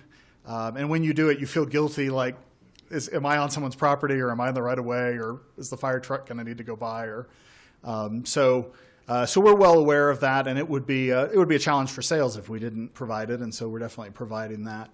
Also, the necessary right-of-way improvements on Kipling, we'll provide those per the code. Some things like sidewalk that don't exist there, along with some of the transitions. I think anyone who's been traveling northbound on Kipling knows it's kind of an abrupt moment there, and so we'll have to follow the traffic rules for that. The last thing is, well, this is just a personal thing, but we're really looking to make sure we have really great aesthetics. Part of, I think, one of the concerns that I'd especially talked to Helen about was just how much of the site would be taken up by the buildings. And this sort of gives you a sense of it. I mean, ground-wise, it's probably 20, 25%, something like that. It's not a megalith from front to back. Looking at the site, there's the site. There it is. Yeah, it's pretty exciting. You can see the fences. Again, the white fence is the middle landowner that was in the legal objection, and then the sites to the either side of her, east and west. And then the office building you can sort of see on the right. It's a little dark, but... and then way back in the back, you see some trucks and trailers and stuff, and those are on the site right behind us. So there's a fence right in front of those. Just in terms of the uses on Kipling, again, there's the insurance business that we're talked about. There's rental home, us in the middle, the office building, and then, of course, a large self-storage on the way towards Colfax. We're looking across the street. Of course, we have Willow Glen there. I did go over and I did talk to their manager, to Anita, a little bit. It's a bit of a bureaucracy, so I knew I wasn't going to get a true letter of support, but it was good to at least talk to her. By coincidence, I worked at the architecture firm that designed that like 15 years ago. I didn't personally design it, but I remember that coming out of the ground, so it's kind of exciting. These single-family homes over here, of course, are very old. Some were as old, my understanding is almost as old as the ones that's in front of the apartments. But it's actually zoned with a townhome zoning, so just a coincidence, even though it's single family. So again, Mr. Wilson will come up here and tell you a little bit more, but I'm just going to kind of reiterate our process. We reached out to the neighborhood organization. We bought this property back, I think, in July. So we've been working on it for about 10 months. We did our public meeting. We posted the required notices. We've answered questions. We've offered to meet with any interested parties. We got a few emails, but honestly, mostly we've gotten apathy, but we've gotten a few emails about it, and I've always answered them within an hour. We didn't really have any opposition to the rezoning at the neighborhood meeting or at the planning commission hearing. Several of the planning commissioners, I should have quoted them, but some of them called it like the model project and things that they thought would be good to see how this would play out for future rezonings in these sort of edge districts. I think, so we're just going to respectfully request that you guys look at the staff reports, look at what the Planning Commission said with their unanimous vote, the staff, and the recommendations. I did throw in a few letters of recommendation. I think we may have one or two people here speaking on our behalf as well, and hopefully approve the motion for rezoning. So, thank you, Mr. O'Hara. Thank you. I'm sure there might be a couple questions. I will be here. All right, thank you. Mr. Wilson, good evening.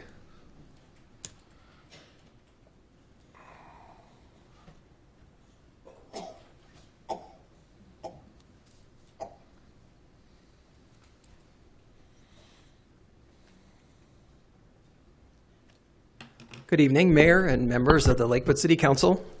My name is Stephen Wilson, and I'm a planner with the city, and I'm here to present the staff report for the 1650 Kipling Street rezoning proposal.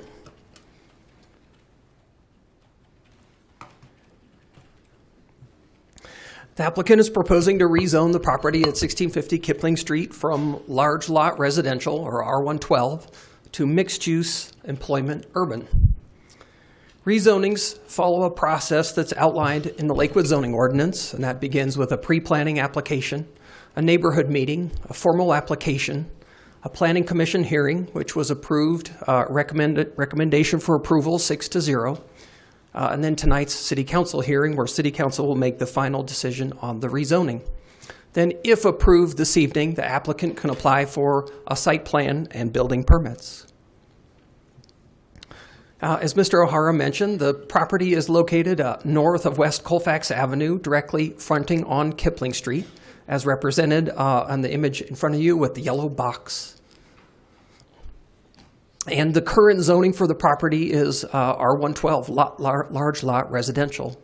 So you can see by the colors on the map that the yellow color is R112, and that exists to the north and to the east.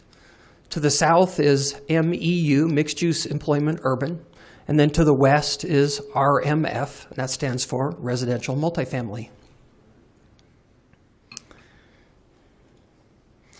The adjacent uses include single-family homes on the north and east.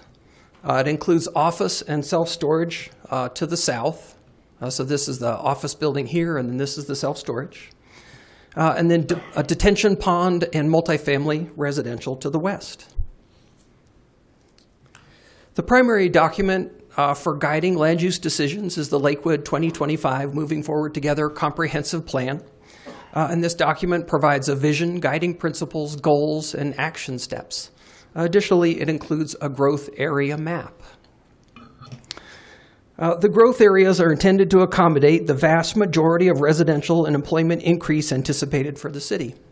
As depicted in the figure on the screen, the subject property, there's an arrow there, and the arrow points to the location of the subject property, and it's within the pink shaded area on the growth map.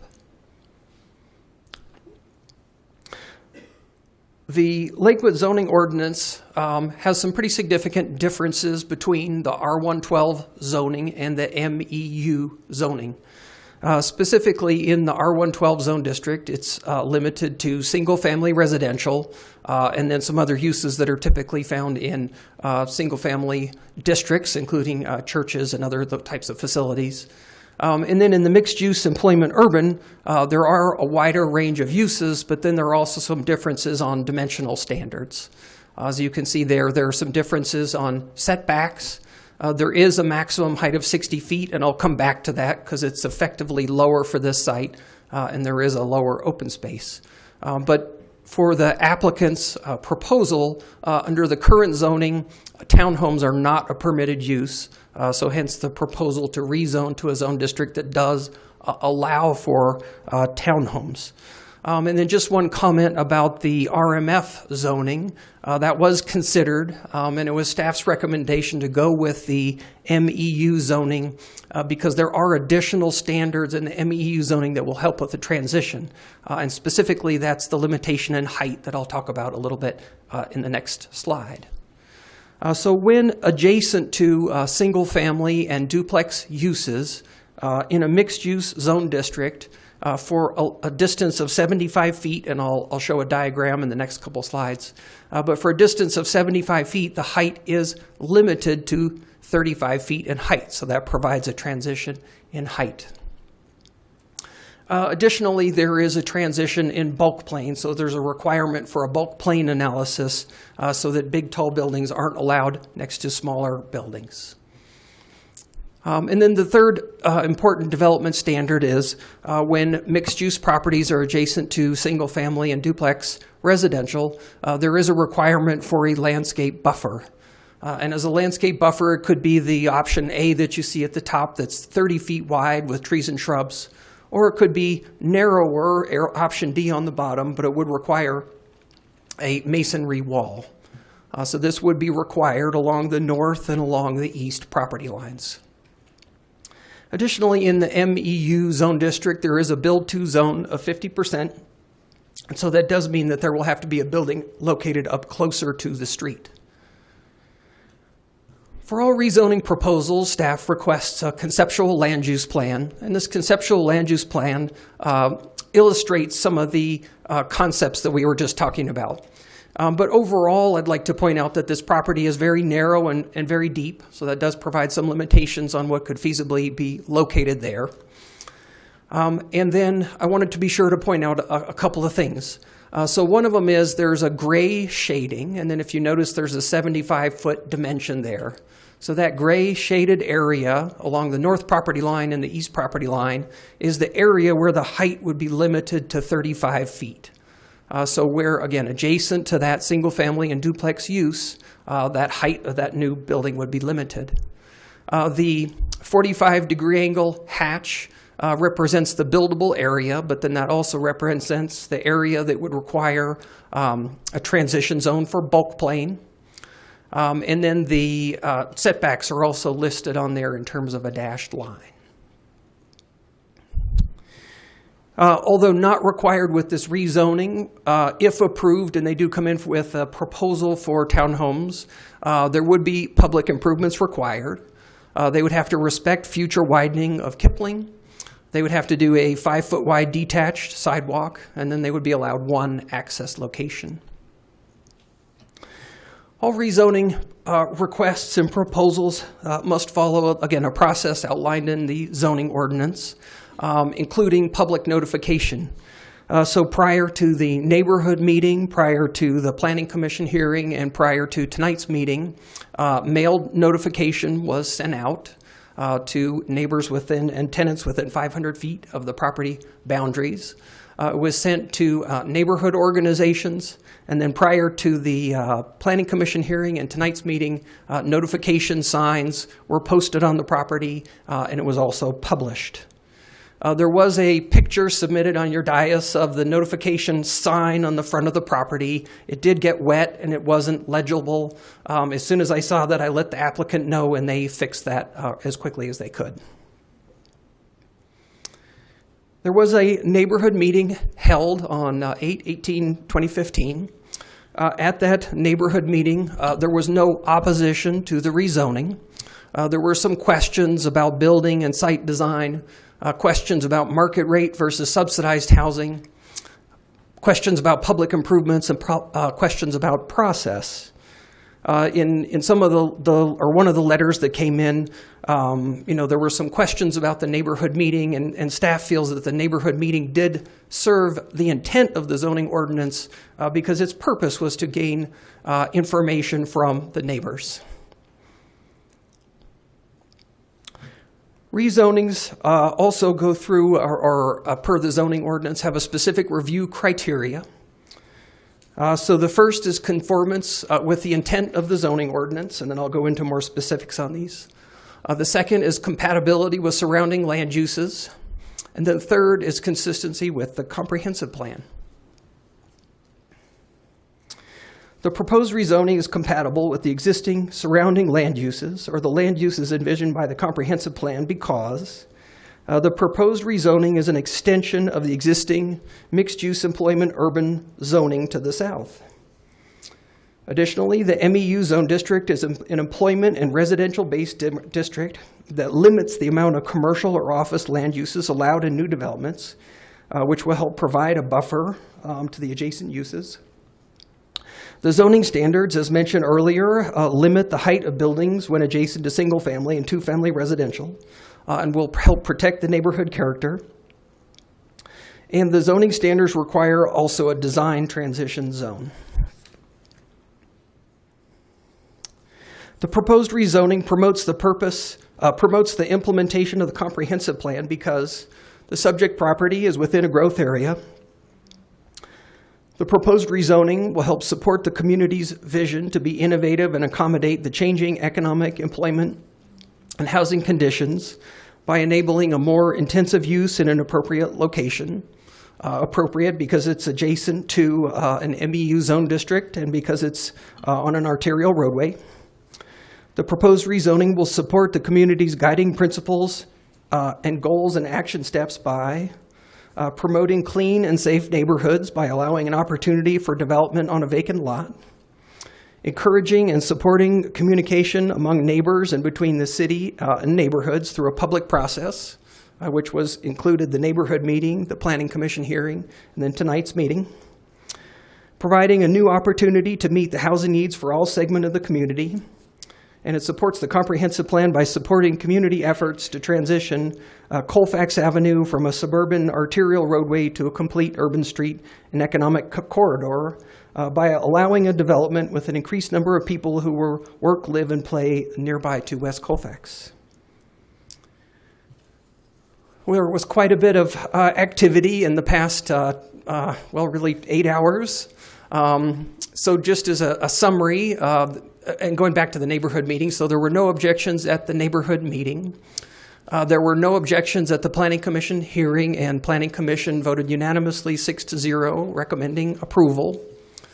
We did receive a legal protest last Friday, and there was a letter of opposition with that legal protest. That there was a copy at the dais there. And then today we received 5 letters of support in the project at the efforts of Mr. O'Hara reaching out to the neighborhood. Based on the information provided, staff recommends that the City Council find that Bill Foster and Sean O'Hara and their group are proposing to rezone from R112 to mixed-use employment urban, and the notification requirements were satisfied, and the request was reviewed by the appropriate referral agencies. The proposed rezoning promotes the purpose and intent of the Lakewood zoning ordinance. The proposed rezoning is compatible with the existing surrounding land uses. And the proposed rezoning promotes the implementation of the comprehensive plan. And finally, staff recommends that consistent with the Lakewood Planning Commission, staff recommends that City Council adopt the findings and fact of order A through H as presented in the staff report and approve the rezoning case 15002. Thank you. Thank you, Mr. Wilson. We'll now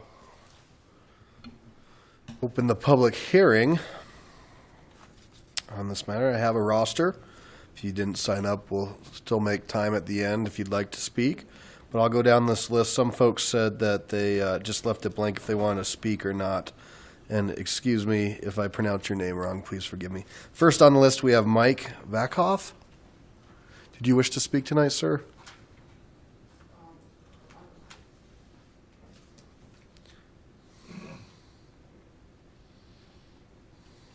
Good evening. Hi there. Hi. Well, they talk about all these neighborhood meetings. Well, we went to one a while ago, and it was just going to be a couple of townhomes. And all the other neighbors I've never received none. Nobody's ever came and talked to them. I can look out my deck and I can see that property. Where the tension pond is, I'm behind that and I can look across. Well, we didn't know now the rezoning. I mean, we just don't want anything low income. And they haven't revealed a price yet, affordable, and we don't know exactly what it's going to be. But none of the neighbors, we haven't gotten anything. None of us have heard nothing about it. So, and I know I've talked to all the neighbors, and they didn't even know anything about it. So, that's all I wanted to say. I kind of wanted to know a price. They looked nice, but I wanted to know what the price was, and I didn't know if they could sneak something else on. Lakewood's, I've grown up there my whole life, and it's just kind of getting all run down with all the marijuana shops, and I didn't know if they could do a detached marijuana shop too or whatever. And we just kind of wanted to be reassured on what was happening. Okay, and that's all I have to say. Thank you. Thanks for coming out. And I can answer the marijuana question. No, they can't. That one isn't easy. That's the easy button. Next up, I have Stan. Good evening, sir. Welcome.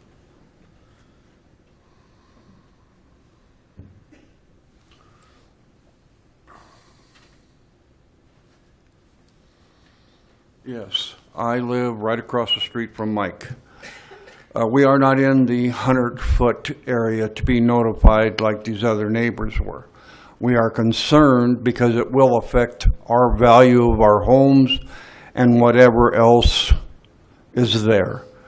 Like there is in the corner, a red brick building that has a marijuana or a better noxious weed. The people park in front of our houses to walk down to that store to buy their goods and back. So that's what we're concerned about, that and low-income housing. We don't want our values to go down. We don't want unwanted people in the area. We'd rather have people that live there now be there. That's what we're concerned about. Okay. And I imagine, so you live on the west side of Kipling? Yes, I live on the west side of Kipling. I have one of the nicest houses in the neighborhood, and I don't want to lose value. Certainly. All right. So I have Matthew Svoboda, who does not wish to speak but favors the question. Okay, thank you. And I have Dean Dalvitt, who favors the question and did not put whether he wanted to speak or not. Okay. Rich Mueller is a support and does not wish to speak. All right, thank you. PJ Farmer. Good evening. Would you like to speak? You said maybe. So that maybe is yes. Good evening. Welcome. I didn't think I was going to speak, but after hearing a couple of the comments, I know the signs when I enter Lakewood, they say working to build a what? Right, so that means maybe respecting some people who are different than what might be the people we might be scared of. So I'm a fan of low-income, high-income housing. And I think it's great to fill in an empty lot right where it is instead of trying to push our boundaries beyond Rooney Road and so forth in other directions. We have these semi-urban spots that could use this development. Thank you. Thank you. And then I have Mr. Foster, who favors the question but does not wish to speak. Anybody else in chambers wish to speak on this matter? Not seeing any, I will close public comment. And before we get into a motion, I think there's going to be some questions. So I'm just going to start with one. And I don't know if, Mr. Wilson, if you can answer this. But the formal protest was signed by the Lakewood Neighborhood Partnership Group, and there was a certain individual on there, and I don't think I need to mention that name, but I'm just curious, was that individual in attendance at the 8:15 meeting? No, sir. No, she was not. So the list of missteps spoken about at that meeting were made by somebody who wasn't at the meeting. Or perhaps by the meeting minutes, or observation from the meeting minutes. Observation from the meeting minutes, okay. Thank you. Councilmember Franks. Thanks. I just had a couple questions about the sign. It said that obviously it had gotten wet and was replaced immediately. Do we know how long the sign was in disrepair where people would not have had full information? I don't know when, it looked like it was affected by moisture, and so I don't know when that was affected by moisture. The last time I saw it was, I think, middle or beginning of last week. All right, and do we have any plans, given that, to change the type of media that we use, or to encase that in some way so we don't end up in this situation again where people may have wanted to be informed and then couldn't be informed? Ironically, I've started using a recommendation for Gator board, and I believe the applicants had it printed on the Gator board with a special printing, and still somehow the weather got to it. That's why we try and keep an eye on them and replace them as needed, and also why we do the mailed notification and then also the publication. We try and sort of cover all the bases as best we can. And then what is the distance of notification? Because we had a couple of homeowners say that they're within very close proximity but didn't receive notice. Remind me what the notification boundaries are? The notification for owners and tenants of property is 500 feet from the property boundaries. And do we know whether these gentlemen's homes were within that 500 feet? I don't know. I would have to talk with them or check their property addresses. So if anyone would like to stop by afterwards, we can check. Okay, I'm concerned. I was involved in an earlier case where notifications didn't go to it's just kind of a hot button issue for me, so concerned about that. Back to kind of the letter that was submitted by the Lakewood Neighborhood Partnerships. Can we speak to basically the district of going to this new zone district? And I know that they're saying that townhomes are the intended use, and it looks like they'd be very beautiful design. But what protections are there if that were to fall apart for the homeowners who kind of have rescinded based on their letters, say they're now envisioning townhomes only? So what protections are in place just in case a deal were to fall through, something were to happen? What could they get? Right. So just to address one part of that letter, so townhomes, in the zoning language, we use the words attached dwelling unit. So townhomes are a permitted use. And then any of the uses in the MNU zone district would be allowed. MEU zone district would be allowed. So that includes multifamily. It does include office. Any of those uses allowed in that zone district could be built on the property. Okay, I'd like to ask the owner, the folks who own the property, a question, because obviously we know what your intent is, but is there any way that we can put protections in there for the people who have kind of made it clear that you came around, you talked to them, they kind of seem to be envisioning townhomes, to kind of make that more of a legal protection for them, because obviously they've changed their position based on the fact they're envisioning a townhome complex? I guess I don't know what the legal options are, and we're asking for the zone district, which is based on my understanding is what we can do. And our process and our desire is to just keep, hopefully to move along in a month or so, start our drawings and be moving on things. But as far as the legal process for any of that, I really honestly don't know what that process would be, or if there are options. We're certainly open to them because exactly we know what we want to do, and come back in a year, it'll be done or on the site. All right, so I'd redirect that to the city. Is there anything that can be done to give the residents who've changed their opinion on whether they were going to protest this an assurance that they're going to get townhomes which would raise market value, their values of their associative properties? Well, unfortunately, neither our zoning code nor zoning law in general allows us to distinguish between market rate or affordable, ownership, rental. So the issues that they're concerned about, we're legally prevented from distinguishing. All right, I just want to make sure everybody heard the same thing, so we kind of know that, but we're hearing from you guys that that's what you intend to build, and there's no other way for us to offer any protections beyond that. Okay, I just wanted to clarify that. Thank you. Well, yeah, I would just say that, I mean, the letters were done in a hurry. We were only given a few hours before this hearing to try to collect some amount of support. So we did our best. If I wrote a little terminology wrong or didn't do it the right way, I certainly apologize. Like I said, we primarily found that the issues were things that were pretty solvable or things that were simply in the zoning code. I mean, like I said, Bill's primary question was about landscape buffering or fence. And honestly, that's a zoning code no matter what the use would be. We certainly, being an architect, I've looked at a lot of potential sites, I mean, hundreds and hundreds of sites. This one really makes a lot of sense for townhomes. For retail, it's a little weird because there's just not a lot of street frontage.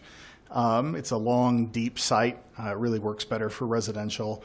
Nobody's going to build, or it's unreasonable usually to think that anybody would build a retail type project. I suppose office is a legitimate use. I mean, there's an office building there. I don't know if there's a big call for that in Lakewood, but I think we're all aware that there's a huge call for housing. And in terms of the market rate or the affordability of it, like I said, we're calling this an attainable product. We're probably 350 is probably our target, somewhere in there. It kind of depends. We all know that the market's done in the last year with construction costs. So in a year or so, when we've got a product close to saleable, then we'll better know what the market's doing and how much it's going to cost us to get it built. Well, great. And I just wanted to add that I really believe strongly in responsible infill. I really like that we'll be revitalizing areas that really need revitalization and bring some things, just again, trying to make sure that we're very thoughtful about it. But I do appreciate the fact that you're bringing what looks to be a very nice townhome community. Thank you, ma'am. And you can go sit down or stand. Okay. I imagine there's going to be some more questions for you. So whatever you feel comfortable doing. And I would just make two comments before I go on to Councilmember Abel. The product across the street, the multifamily, I believe is an affordable product as well. It's a very nice facility, just for it's a Metro West housing facility, so that is an affordable product. And the associations that were notified, so they said the property owners within 500 feet, West Colfax, Applewood, Iber, Morris Park, West Miller Heights, and Independence Park HOA is what we have listed. I don't know if you gentlemen are in any of those, but those were also notified. Councilmember Abel? Thank you. Yep. It's a nice project, and it's in a good place. My question is more about the manipulation of our zoning districts in order to fit the project.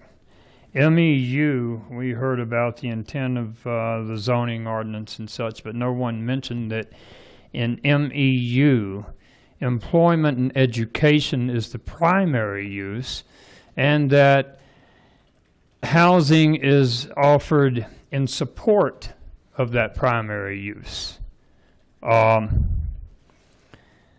That hasn't been addressed. I do know the setbacks would be different. The height would be different.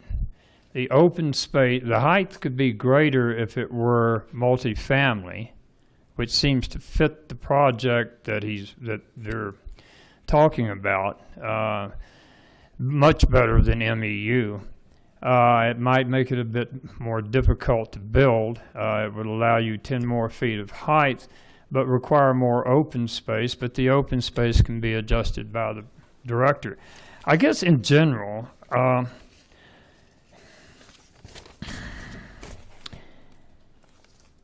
why are we requiring MEU if the E is not being observed?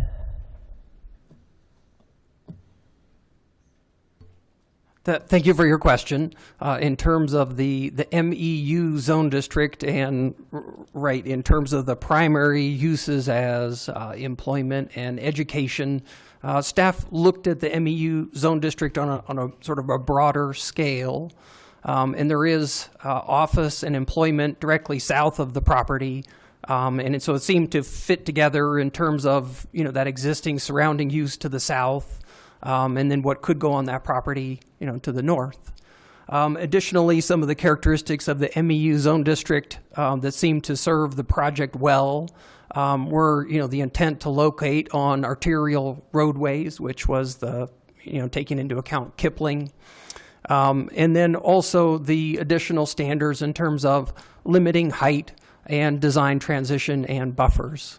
So staff looked at it with the applicant when they came in, and that seemed the most logical and useful zone district for their proposal. But if it were multifamily, the use would be limited to multifamily. The use here is not limited to townhomes.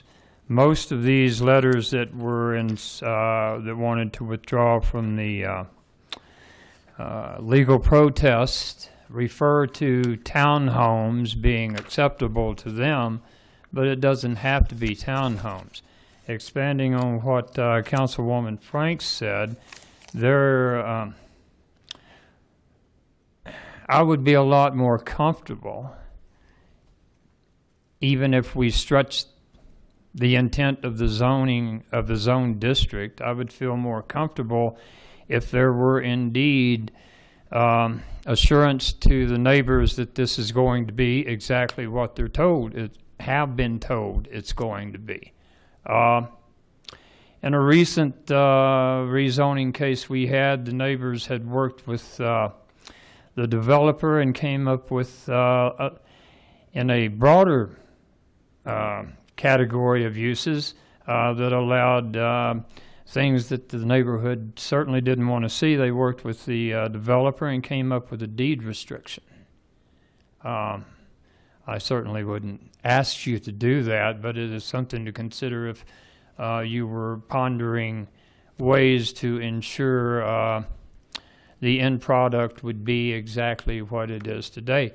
If something were to happen and you folks didn't develop it and sold the parcel, then the next owner wouldn't be, may not be as responsive to the neighbors. None of you look scurrilous to me. So, but I don't want to indicate that you may be considering a different purpose. I just think there could be some assurances, and in the future I would be very concerned to see this become a pattern where we ignore the primary use of a zone district in order to accommodate a supportive use. Thank you. Thank you, Councilmember Earl. Councilmember Harrison. Just a couple of things, since my office is in that same area that I would be concerned about is there is, if you would pull up the slide that showed conceptual land use plan, I think you'll be able to see what I'm talking about in terms of the driveway, because there is a narrowing. If you look right down there, you can see Kipling Street, and at the very there you go. That's exactly, that narrows back down to, for a while it's 3 lanes, and then it narrows down to 2 lanes. And the only concern that I would have is many mornings when people are in a hurry, they think that's going to be 3 lanes for a long time, and it's this traffic nightmare. I would encourage you to look at, I know we talked about a driveway that would be cut through, or what are you going to do there? I would like to know. Do you know yet? I mean, we'll meet, the traffic engineers will require certain modifications there, and largely we're going to have to just kind of do what they tell us to. Good. I mean, yeah, I think, we talked at length, I think about half the time I spent with the Reddicks today to the south was them complaining about the fact that it goes right in front of their property. I think they were like kind of happy it might be plowed off on our property. But, you know, with people having trouble understanding what's going on there or pulling into their parking lot to turn around or things like that that were upsetting to them.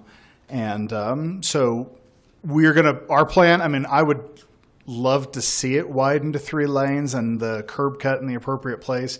In the end, I've learned enough from talking to traffic engineers that they'll kind of tell me what they'll accept or not accept, and we'll follow their recommendations.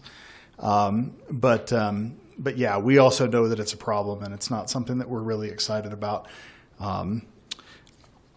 If I could, I just wanted to address one more thing about the process. I mean, we honestly, if there were a zone district that said townhome zone district, that's what we would have done. We followed the recommendations of the staff as best we could. I would say that if it is something that you feel should be done for future projects, then it's definitely something to talk to the staff about changing the process. I mean, and I think we'd be accepting of that. We thought it was a little bit funny. I think it's also interesting, of course, we all know that Kipling allows office uses in houses on Kipling. So it's already kind of got a strange situation on Kipling. And I'm sure other streets as well, but I know this site pretty well now. So ironically, we're at not a farmer's field, but a house we could put an office in it too. So there's some strange things to it. And maybe, I don't know whether you guys will have to decide, I guess, if it's better to make it more specific or more general or what have you. But that's, you know, we've tried to do the process as best we can. So, Mr. Mayor, I had one other comment. Not for you, Mr. O'Hara, just kind of the process question. There were some people that were concerned about whether or not letters had gone out, and I would testify that we received both letters at our office. We received a letter at our house because we own the property through the home address, and we also got postcards about the neighborhood meeting. So we were now, I can't say about anybody else's mailman, but ours was really good about getting us the letter. So I just wanted to let the rest of council know that we were well notified about all of these. Thank you. Councilor Roybal. Thank you, Mayor. I just have a simple question. There's the 3 letters that we did receive here in originally the homeowners that had signed the protest notice. These are the letters stating that they no longer want to protest, but as you admitted that you wrote out immediately what needed to be said, and they signed the particular letter. Now my question is there any way we can prove that they signed this, some kind of a notary or verification that they want to withdraw their petition? We have my word, and I'll swear on that in any way needed. No, I mean, it was just conversations, and each one of them, some of them dictated it to a degree, and some of them said, you know, here's what my concerns are. And I said, well, I will write them down. And I think you'll see in Trina's letter, there's a little bit of a postscript because she came back and said, oh, wait, there's one more thing I want, you know, in my letter. So, and you're an honorable man, but again, I would like some kind of verification that they withdrew their protest. Sure. I have a hard time looking at this because I have to answer to this.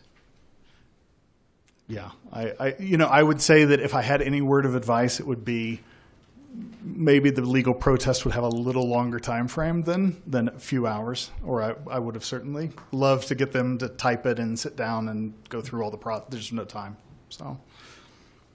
The follow-up, Mr. Cox, can we get a verification on this or process or what we need to do to clarify this? Well, I mean, there are a couple of ways we can verify that they signed the letters. One is they could tell us that, come in and tell us who they are and say, I signed that. They could have notarized signatures, of course. Sounds like there wasn't time to be dealing with that this afternoon. That's another way of verifying identity. That's entirely up to the council as to whether you want. So my thought was, can we postpone this till we get the verification on this somehow and then continue forward? Again, that's up to the council. If there's a motion to continue that's approved by the majority, then that's what you do. Okay, thank you. Councilor Vincent.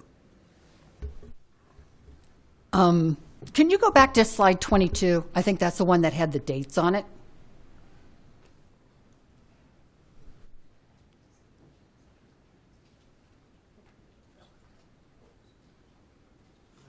Okay.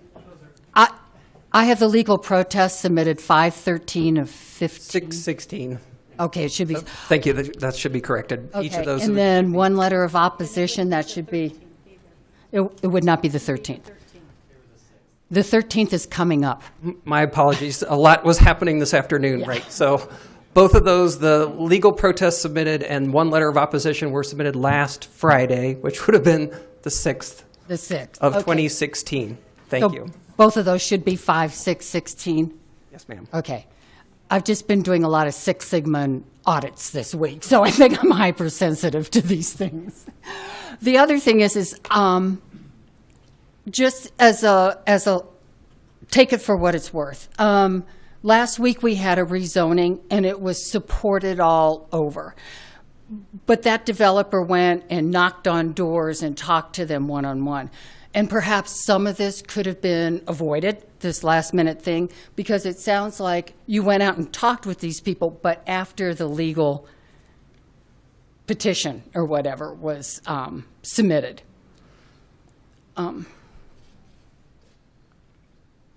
Yes, ma'am. As I said, I'm a first-time developer. We're trying to do it the best way we can. Honestly, we were met largely with apathy at our community meeting and our other meetings. But I think in the future, I'd probably do it a little bit differently. And that's just out there for what it's worth. Because we've been going through a lot of rezonings or applications or things that are happening in the city. And I've been trying to educate, and I'll say this right here, the people who live in the area. You can't ignore these things until it's already done. And your apathy is totally correct. We run into it all the time. And then they come to council, and we have to, and this is my thing, we have to depend, we have selected a planning commission to do these sort of things. And unless there's something that's grossly negligent, I believe, on it, we should probably support what we've selected our planning commission to do. So that's just my one thing, the correcting the dates. And I do this to all developers, whoever may be in. You may want to knock on a few more doors. And I've been trying to educate our constituents, too, that you can't ignore things and then expect something to change. Yeah. So, thank you. Thank you. Mr. Cox, looks like you want to. Well, Mr. Mayor, the city manager had the good sense to ask about the legal protest and the signatures on that. First, whether they were verified, notarized in any way, which they were not. But just eyeballing it as non-experts, we can show you on the overhead, if you'd like, the comparison of the signatures. They are very similar in each instance, and at least one of those signatures is pretty distinctive. But so we can't say for sure that the same person signed them both, but you can judge for yourselves. And may I point out, I've had no access to the legal protest, so I have no concept of what their signatures look like. And so just for re-verification, Mr. Cox, the legal protest signatures were not notarized or? No. So You're they're coming to us the same way that these are coming to us? That's correct.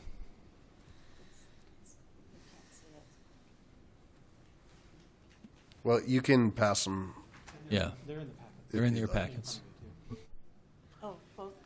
No, I don't think they are. Protest is not in the packet.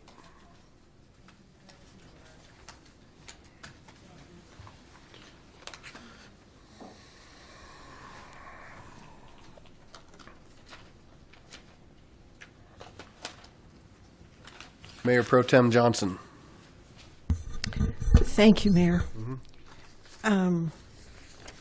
Before I got here tonight and read through the packet, to me this seemed like a real straightforward kind of a thing, frankly. The idea of townhomes there, I like that idea. A couple things, though. I don't know that I ever heard the amount of townhomes and how many bedrooms they are.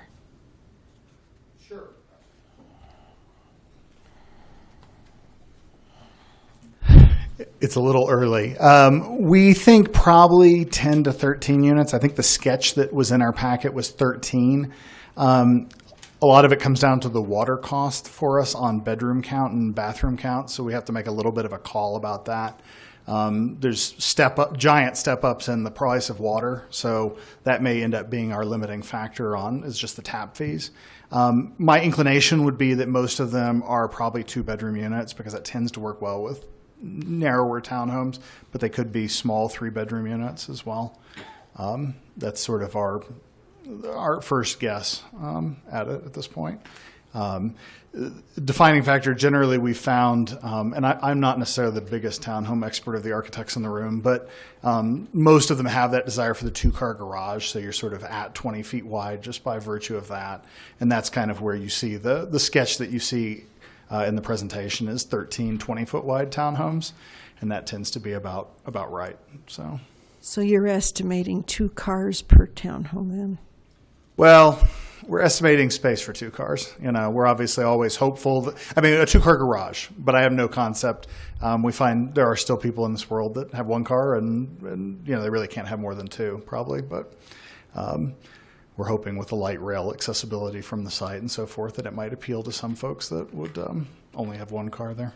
Okay. That leads me to another point, the traffic on Kipling, kind of backing up on what Councilor Harrison said. It can get kind of tricky there when you go to 2 lanes just in general. Going from 3 to 2, I think, is a problem right after the intersection. But we're going to be adding perhaps 13 units there. Yes, ma'am. Please talk to me about any traffic studies that have been done. I saw some of that in the packet, but I never saw the amount of units, I don't think, unless I didn't see it. Yeah, I think that my understanding is we didn't have to do a formal traffic study because of the size of the property. I'm not positive. Again, y'all might answer the question on. Sure. Can I invite Tony Bishop to address the traffic question? And she's from our Traffic and Transportation Engineering Group. Good evening, Ms. Bishop. Welcome. Thank you. Hi, I'm Tony Bishop. I'm with the Lakewood Traffic Engineering Division. And with most rezonings, we do get traffic studies. What we were running into on this site is that it is a small site. When you're talking about 10 to 13 units, a conservative estimate on the site is like 60 trips a day. Now, with the possibility of other uses, we revisit. For example, if that were to go away and they come in with a more dense use, then we reassess at that time. At this time, we are the administrator for the State Highway Access Code, and under that, this does not generate, underneath our conservative estimate with the 12 to 13 units, it did not meet the need for the A-cell, D-cell lane at this time. Basically, you'd need 120 to 150 trips a day on that site to generate that. And so, but we will assess when they come in with a final site plan based upon their final use proposal. Well, that's interesting because traffic on Kipling does get very tricky at different times of days. And I guess because of the depth of the property, I guess for me, I'm seeing that it's going to be awkward for people to get in and out. You're going to have a lot of issues there, but that's your problem, not mine. Yeah, to sell it. Yeah. Also, for me, I just wanted to, do you know off the top of your head the number of trips on Kipling at this time? Because I was thinking it was thousands of trips. No, I don't have the numbers here. It's a lot. I can. Like lots of thousands. Like lots of thousands. Many thousands. Technical term. well, the lovely affordable housing that's across the street for seniors anytime I've been in there, they have lobbied me for a traffic light there because they feel like they have a hard time getting in and out. And with this across the street, I can see there can be more pressure, frankly, to put in a stoplight, which would be, what, a block, 2 blocks from Colfax? Something Yeah, like. we're a block and a half from Colfax. So. But we wouldn't allow that in that. I know we wouldn't allow it, but we're going to get lobbied. And there's going to be more pressure because people are going to have a harder time. It would be right in and right out, right? I would have. Yeah. It's going to be difficult if you're coming south to try and get into that, in my opinion. I don't know. I have to tell you, to me, process really is important.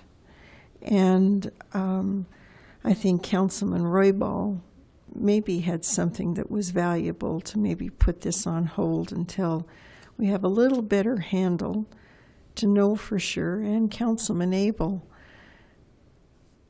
You know, once something is built, it's there. And the idea of townhomes I like, but there are so many uses. And if for some reason this does not work out, there's a lot of other things that could go into there. I'm uncomfortable giving an okay for something that's carte blanche and really not having a guarantee that that's going to be what's going to happen there. That's just me. And honestly, when I saw 3 letters with the same penmanship, that for me is very awkward. I would just encourage you, as Councilman Vincent said, to please reach out personally to people sooner in the process. This just doesn't look good to me because we don't have any idea what that conversation was. And basically like an informed consent, if people really understood everything. I mean, they're hearing from somebody that's obviously very biased. Here's their signatures. Okay. I don't know. And I would just say, I'll go to Councilor Goodwine next. I mean, the fact that we're trying to compare signatures is somewhat challenging on a rezone case. It's not really our specialty, nor should it be. But I would say that to Mayor Pro Tem Johnson's point, you are taking one side of that. The other side could be the same as well. We don't know what they were told to sign the legal protest, right? So, I mean, there's two sides to that, and that gets us kind of away from our mission of looking at what's before us with the rezone, and I want to keep us kind of focused on that. Councilor Gutwein? Okay, well, I'll be unfocused then for a second, and then I'll get back to where we're supposed to be. But just, you know, I definitely agree there are parts of this that are a little bit different from, or kind of new in this particular case. And I, you know, the handwriting, I understand, but then I was thinking about a lot of times we get typewritten letters that are it's the identical text, but then it will be signed by someone else, you know, signed by different people. And so this is, I don't really feel like this is that any different from having a typewritten letter that's signed by a bunch of different people. And I agree with Adam's point about, you know, it's a little unclear to me who, if these 3 people took this legal action, but someone else had come in, was that person the person from the Lakewood Neighborhood Partnership, and that person doesn't live there? I think it's just a little, all kind of, that part of it feels, the legal action part feels a little off. But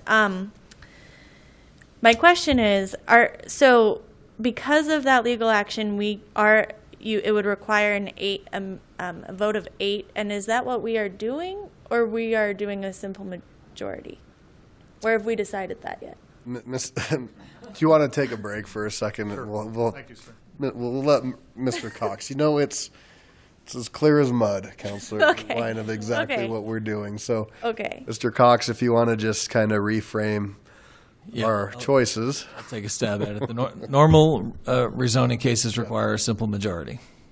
A simple majority of the group that's present, as long as that group represents a quorum. But regardless, with this legal protest, it's a 2/3 majority, and that takes you to 8 votes, because it's 2/3 of the entire council. It's necessary.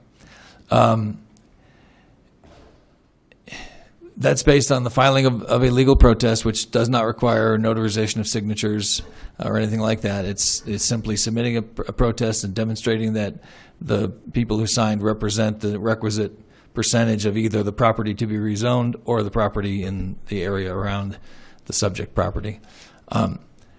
We've got a situation where you received a legal protest. We haven't heard from the people who signed that document. We received 3 letters purportedly from the same people saying they don't want to protest or that they now support the rezoning. We're not hearing from them as to whether that's them or not. There is the question about the validity of signatures. That would be the case in a lot of written comments that you'll receive in a typical rezoning case. And my suggestion, and I don't make these decisions, I'm making a recommendation to you. If it comes down to a choice of requiring the 8 votes in the face of letters that appear to be written or signed by the same people who signed the protest, saying there is no protest any longer, versus requiring the 6 votes in the presence of some question about whether there's anybody, whether those people are the ones who signed the protest and signed the later letters rescinding the protest. I think the better option for the council, the more legally sound option, is to go with the legal majority, the simple majority, because you do have evidence that the protest has been rescinded. If this action occurs and people step forward saying, I never saw that letter, it's not my signature, we can look into a recourse at that point. Okay. Thank you. Ms. Oh, Real quick, Yeah. Counselor Abel had a follow-up. Is that okay? oh, that's For fine. that- Yep. And then I have a few more after. Yep. Thank you. If you're still want the floor, you're welcome to it. Okay. My thoughts kind of like what Tim was alluding to. These seem like smart folks, and I don't think they would come into a public meeting that's televised and say, "Hey, we have these signatures," if they really were not the signatures of the people involved. Councilwoman Johnson, in her remarks, I think may have unintentionally indicated that I was supportive of a delay here. My comments about there being a problem with the zoning and trying to stretch it to fit the particular situation, I don't believe would be cause for us to delay these business folks, who I'm sure would be losing a couple of bucks every day that this gets drawn out. But I do want to mention, and possibly for our traffic folks, that where these driveways are going to come out is right where that neck down of Kipling comes in. And although the traffic leaving the property is the problem of the developers, as soon as that bumper hits Kipling, it's our problem. And Kipling now is what Wadsworth was about 6 or 7 years ago. So the traffic part of it really has me concerned, how we keep it from stacking up or choking or blocking access for the people who might live here. I think that about covers it for me, but I just don't think anybody would come in here with letters that were not on the up and up. Thank you, sir. We'll go back to Counselor Gutwein. Thank you. Yeah, so I agree with you, Councilman Abel, and thank you for your advice. And I think I am comfortable with the simple majority, if however we're deciding that. And then I just also wanted to say that I am excited about the revitalizing and about getting the affordable or attainable, however you like to say it, housing in there. And, you know, someone, I think it might have been Sharon, sorry, Councilwoman Vincent, about educating people. And I think something else that people who aren't in this business and dealing with this question every day don't necessarily know is, what does affordable or attainable housing look like? What is that price point? And what does it look like to try to buy a house in Lakewood right now? And I can just say from my personal experience that when I bought a house in 2010, I paid $210,000 for it. And now the houses in my neighborhood are $375,000, $400,000, $415,000 and up.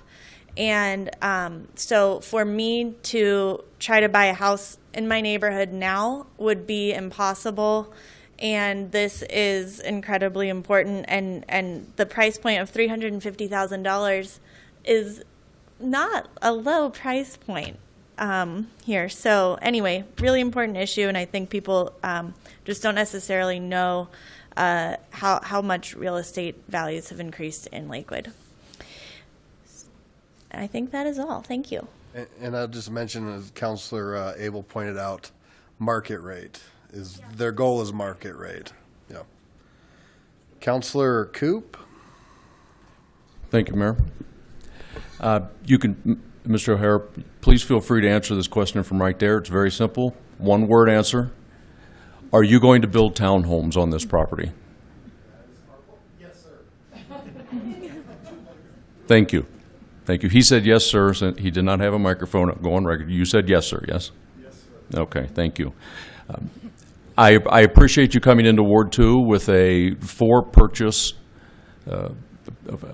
homes of this manner, which the neighborhoods have asked for time and time again. It builds stability. It builds a product that we need in Lakewood and that people want in Lakewood. I appreciate you coming in there and doing this. All the traffic questions, that's for all the professionals and for you all to figure out. I'm sure that they have great experience in figuring all this out, making it safe for everybody. I wish you success. I will support this project, and I hope to see it coming out of the ground very soon. Thank you. Council President Shakti, then Councilmember Harrison. So a number of people have talked about how we're excited to have townhomes there. And I think I would like to add that I like the idea of all of you guys having lunch, that the idea that there can be an inspired group of people who's doing what they love and making something that's attractive and what this community needs is, that's how it should all be. So, thank you. Ditto. All right. Well, yeah, you go ahead. Councilor Vincent. I have a question. Do we have to vote on ixnaying those other things so we can vote on this? That's a process question. That's a process question. And I'll tell you this, after hearing Councilmember Abel's take on it, I feel like I can safely recommend that the council go with the usual 6 majority vote without the need for further action. Thank you. All right. So I'm going to ask for a motion, please. I move for the adoption of Ordinance O 2016-6 on second and final reading based on the finding of fact of the Planning Commission dated February 17th, 2016. Second. All right, so there's a motion and a second. I'm just going to make a couple comments. I appreciate the testimony we had tonight. Thank you for coming out. Clearly, nobody on this dais wants to do anything that's going to bring down your property values or do something that's going to hurt the neighborhood. I think we're all very sensitive to that. And I think it's also fair to say that there's some fatigue in the metro area with some high density and what's the perception of low income. So I appreciate a willingness to have a partnership with our community and be a partner, be respectful of what we've heard tonight. And those are the two issues, is that building something nice, as Mayor Pro Tem would say, something you'd want to live in. And the other factor has to do with traffic. So I'm very supportive of this project. I'd like to see it go forward, but I'd also like to see continued conversations with the neighborhood and anything that we can do. We're kind of trusting one another in this partnership with our citizens, this body, and you coming in and building a project. So that's all I have to say. I understand some of the conversation about why you went to MEU. It sounds like you have a parcel just to the south of it, so it's not totally out of whack that you would. And the appreciation of maybe having some lower transitions makes sense as well, to be less impactful on what's there. But we definitely want to respect and preserve what is there. So any other comments or questions? With that said, please cast your votes.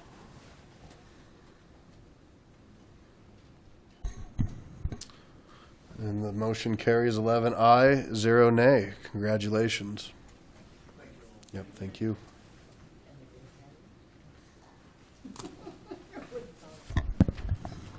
Will the clerk please read? Item 17, Ordinance O 2016-7, an ordinance amending Article 11 of Title 17, the Lakewood zoning ordinance. All right. I'm just enjoying myself here. Sorry. Good evening, Miss Holly. How are you? Right? It's just good to talk through things, and I think this council had some good conversation once again, and I appreciate that.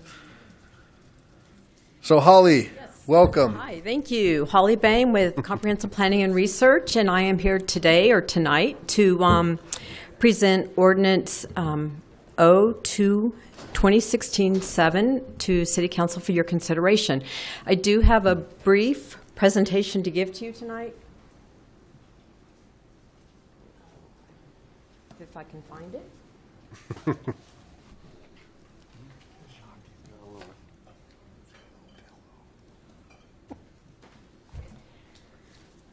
Okay, so Ordinance O 2016-7 is amending certain sections of Article 11 of Title 17 of the Lakewood Zoning Ordinance.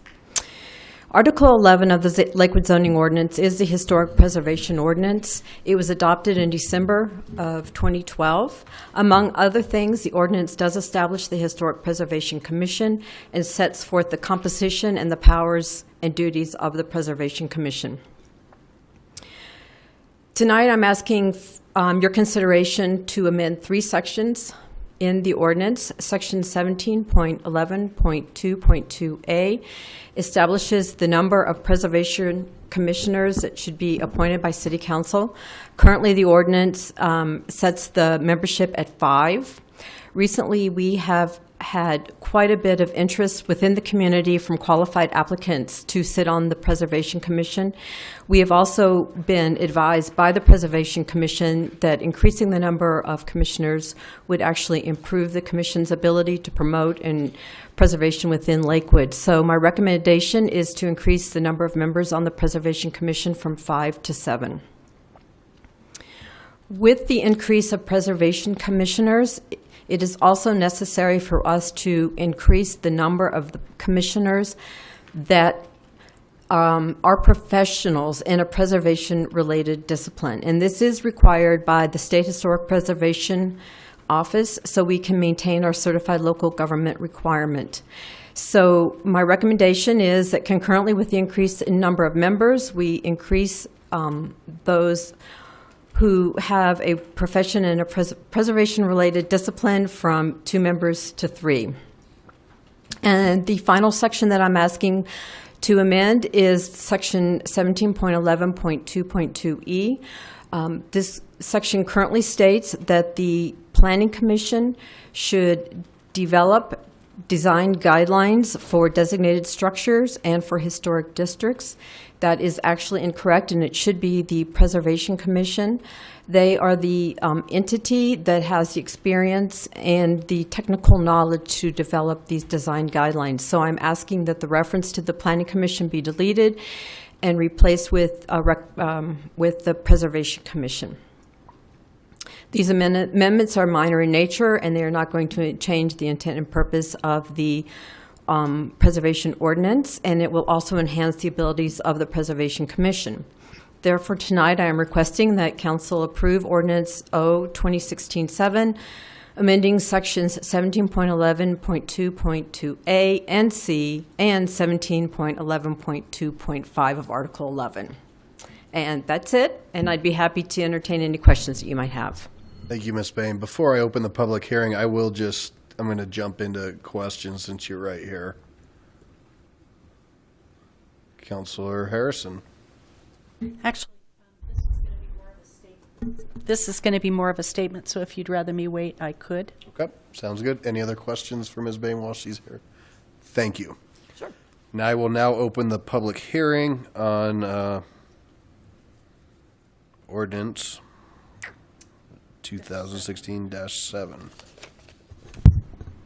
And anybody in chambers wish to speak? Seeing none, I'll close public comment and entertain a motion. I move for the adoption of Resolution 2016-7. Second. All right, a motion and a second. Any discussion? Councilor Vincent, anything on the historic preservation? No, I'm in support. Okay. All right. Holly, thank you for your time and everything you do. Appreciate that. Oh, we do have a comment. Here we go. Now it's your turn. Now it's my turn. I wanted to explain a little bit more about why this came about. When the screening committee was interviewing for some 2 positions on the historic preservation, we had 8 different applications of absolutely fantastic people that had resumes longer than I am tall. So that tells you. And I'm not very tall. But they were absolutely wonderful. The screening committee made the recommendation to Ms. Bain that we would maybe consider increasing the preservation committee. And she did the footwork, and thank you very much. It's coming to fruition. Adding 2 more very interested citizens to this preservation committee, along with the experience that they brought, was absolutely fantastic. So I'm thrilled to support this. Thank you. Councilmember Coop. I'd like to tag on with that. This is my first experience with being on the screening commission after 6 years on council. And I want to thank the councilors that are on that commission. Ward 1, Ramey, Councilor Johnson. Ward 2, myself. Ward 3, Councilor Shakti. Ward 4, Councilor Franks. And of course, Councilor Harrison was the chair of that commission. That was tough. We had 4 days. 4 days of going through these people that just had resumes that were incredible. It does a heart good to know that so many good, talented people live in Lakewood and are willing to give their time for such worthy cause. There was good conversation amongst the councilors. It was a very good process, and I appreciate Ms. Bain taking this. Seeing that 2 other additional people will be added to this, I think there'll be a good fit with this process. So thank you to everyone on the commission. It was a very good experience. Mayor Pro Tem Johnson. Thank you, Mayor. This is absolutely appropriate. The high level of qualifications and expertise that these people brought to the table, I think all of us were frankly kind of blown away, and particularly with the interest in the community. It seems very appropriate that more people can be on this board or commission and do the work. It looks like there's actually a lot to be done, and they'll bring a lot to the table. Thank you for following up on this. Great. Anything else? With that, please cast your votes. That motion carries. 11 ayes, 0 nays. Thank you. Have a good evening. Will the clerk please read item 18 into the record? Item 18, Ordinance O 2016-8, an ordinance adding a new section 17.1.7.5 of the Lakewood Municipal Code establishing the Rooney Valley Zoning Commission. Thank you very much, also known as the Able Ordinance. With that said, I will open the public hearing. Nobody's signed up to speak. Nobody wishes to speak. I'll close the public hearing and request a motion. Do you want to speak after the motion's made, sir? Okay. I move for the adoption of Ordinance O 2016-8. Second. Motion and a second. Councilor Abel. When we were discussing the formation of the Rooney Valley Zoning Commission, I had some concerns about the process and taking shortcuts. Staff and the attorney have answered those very well and taken care of them succinctly. If this ordinance passes, it'll be nice and clean, and we'll agree with all of our charter requirements and the requirements of our ordinances and resolutions that have passed affecting this. So thank you very much for the good work and for keeping it simple. Perfect. Anybody else? Motion second. Please cast your votes. Yes. Mr. Mayor, I'm just about to complicate things. Certainly you Councilor are. Abel is referring to the 3 minor changes to the ordinance that were distributed to council earlier today. To the extent that council intends for those to be part of the ordinance, we just want to make sure that the motion reflects that. So, Councilor Shakti, I apologize for not catching that when you made your motion. But if you could just indicate that the motion would be with the 3 amendments reviewed by council. For procedure, should we have that her initial removed, taken back, her initial motion? I think she can simply indicate that she's okay with that change. If the seconder of the motion does the same, then we can go right to the vote. I'm okay with that change. Thank you. I second that. Thank you. So we have a motion and a second for the ordinance as amended, which this body received. Those, please cast your votes. And that passes 11 ayes, 0 nay. Got your first ordinance with your name on it. All right. Thanks, I guess. Item 19, general business. There's none. Executive report. Ms. Hodson. Thank you. I have just a few things. Some really good news. The City of Lakewood, in partnership with 40 West Arts, has been awarded a really competitive grant from the National Endowment of the Arts. Typically, those grants range from $25,000 to $100,000, and we got $100,000. So that's really exciting, and this will be supporting the 40 West Explore Art Tory Loop. And that's an interactive walking, biking experience in the heart of the Creative District. So we'll have Alexis Moore come to an upcoming study session and give more information on that. How cool is that? So that's good news. Another really important piece of information, I want to let you know that we will again be having these free children's lunch programs at 3 of our Lakewood parks. And this is a lunch program that is called Lunchbox Express. And it's a Jewish family service program. And these are free lunches to children, any child under the age of 18. Monday through Friday, and it starts May 31st to August 17th, with the exception of no service on July 4th. So this is every day, Monday through Friday, lunches for our kids, 18 and under. And here are the 3 parks. From 11 to 11:30, this bus will be at Morris Park.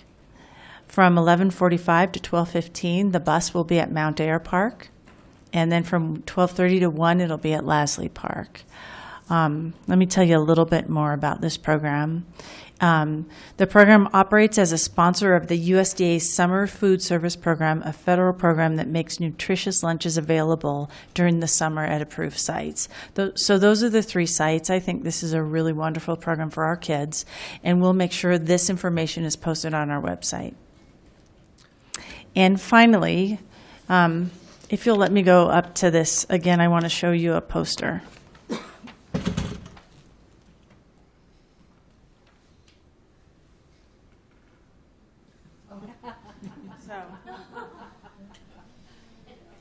Because this is what we talk about a lot. So this is a new promotion campaign, and this is about responsible pet ownership.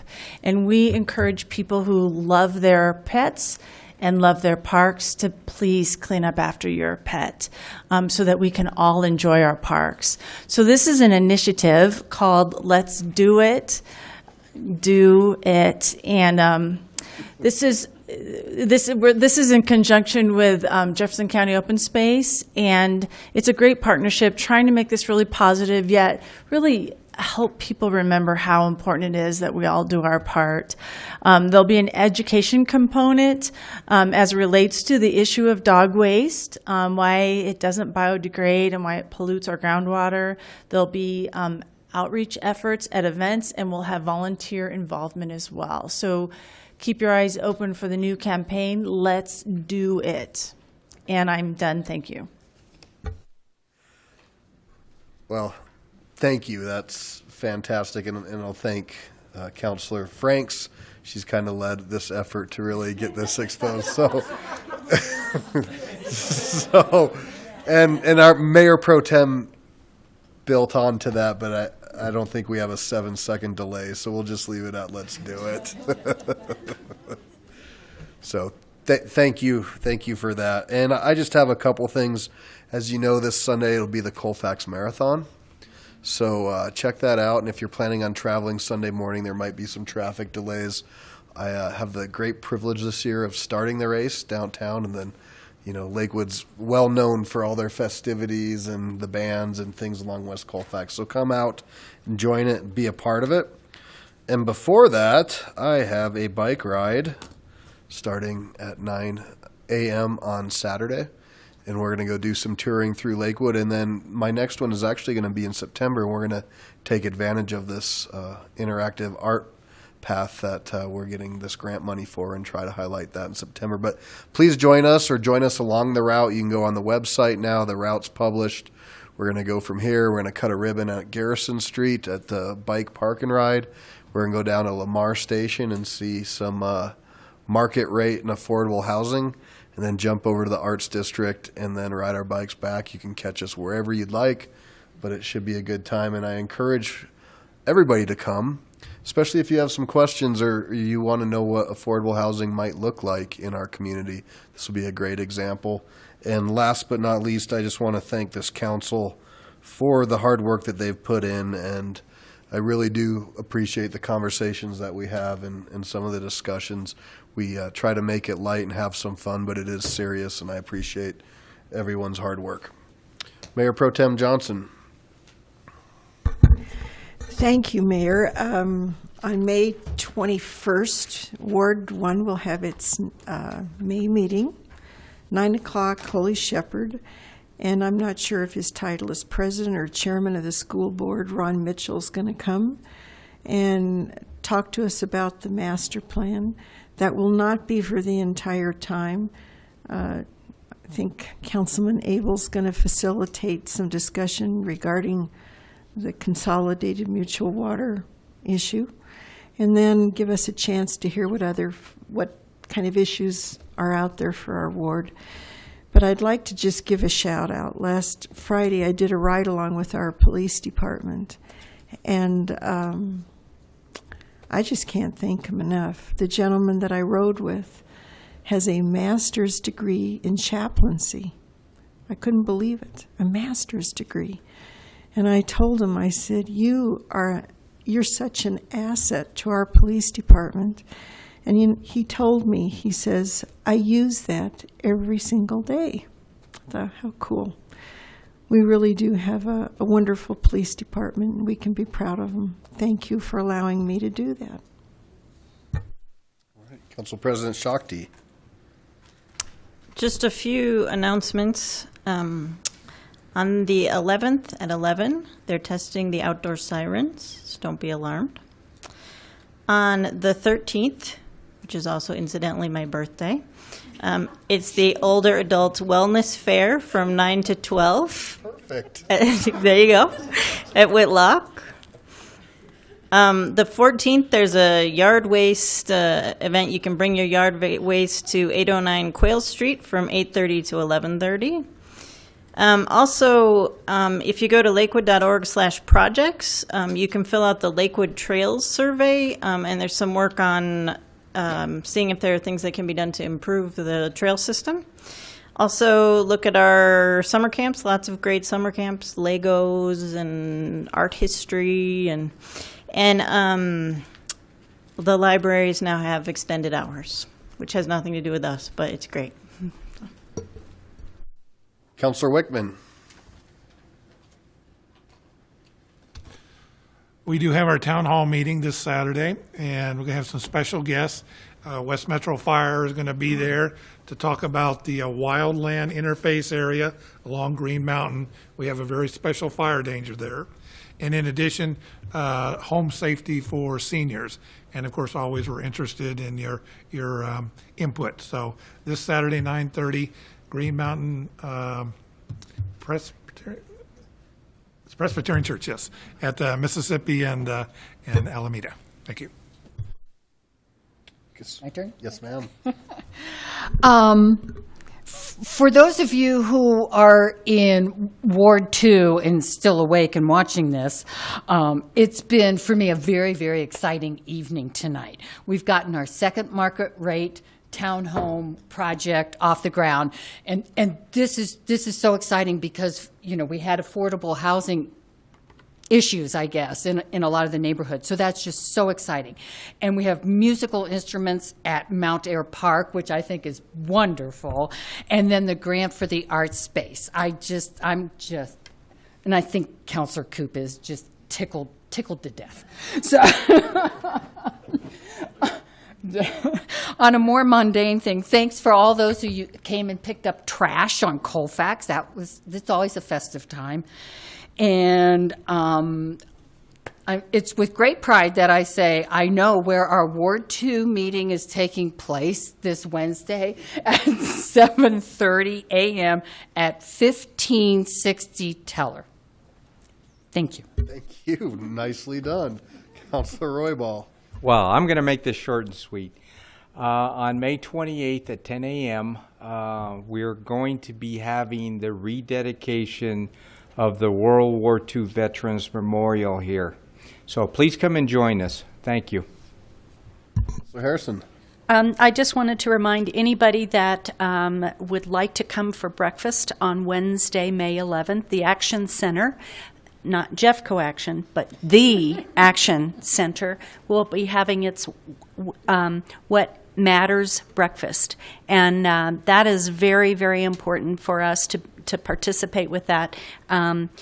If you need more information, I'd be glad to tell you. It is at the 9725 West 50th Avenue, Crossroads Church. This is a fantastic organization, 7:30 in the morning. Come listen to the story and you will be as excited as I am. I was one of those bleary-eyed people on Saturday morning picking up trash on Colfax, and I just wanted to tell you there were several properties that were spotlessly clean, and I would dearly love the city to figure out a way to create some awards for those people that really make their properties shine, because I think they need the attaboys. Thank you. Councilor Abel. No report. Councilor Coop, we heard you are tickled. I want to hear about it. I will confirm that report. Councilor Franks. All right, three things. One, we had a gentleman, Mike Burns, come speak earlier about the Union, and because that's such a hot issue as far as the traffic concerns on Union, I would like to kind of be engaged in that process so I can kind of learn more about that and what plans might be forthcoming. So I'd like to kind of get on that list to be communicated with when he is. The second thing is Outdoor Lab. That is one of our recipients earlier for the funding for the charities. And I also wanted to call attention, we have a lot of people in Ward 4 who express that they want to give to local charities that are worthy. And there's a lot of ways to give to this foundation. It's outdoorlabfoundation.org. You can get a King Soopers or Safeway card, so it costs you nothing. For every time you buy groceries, it gives them money. You can do site rentals with them. You can do direct donations. Very worthy. I grew up as a farm girl. I know the value of being outside. And so I just wanted to give a plug that there's plenty of ways that you can donate directly to a very worthy cause and help those underprivileged children be able to spend a week out in nature. So I wanted to comment on that. And I am very pleased with the city's efforts to let's do it. I think it's a fun way to take care of a very problematic issue, but yet one that I think has maybe caused a lot of frustration. So thank you guys for taking it and moving it forward, putting it in the Looking at Lakewood and getting this program going. I really appreciate that. Thank you. Councilor Gutwein. Thank you. Just want to echo a little of what Sharon said, and this has been kind of a long meeting, but I think that it just really shows from the very beginning someone who, when he passed away, wanted to donate to our city and donate, a lifelong service, and that this is a really special place, and that there are so many people giving so much all the time to our city, and I love living here, so thank you.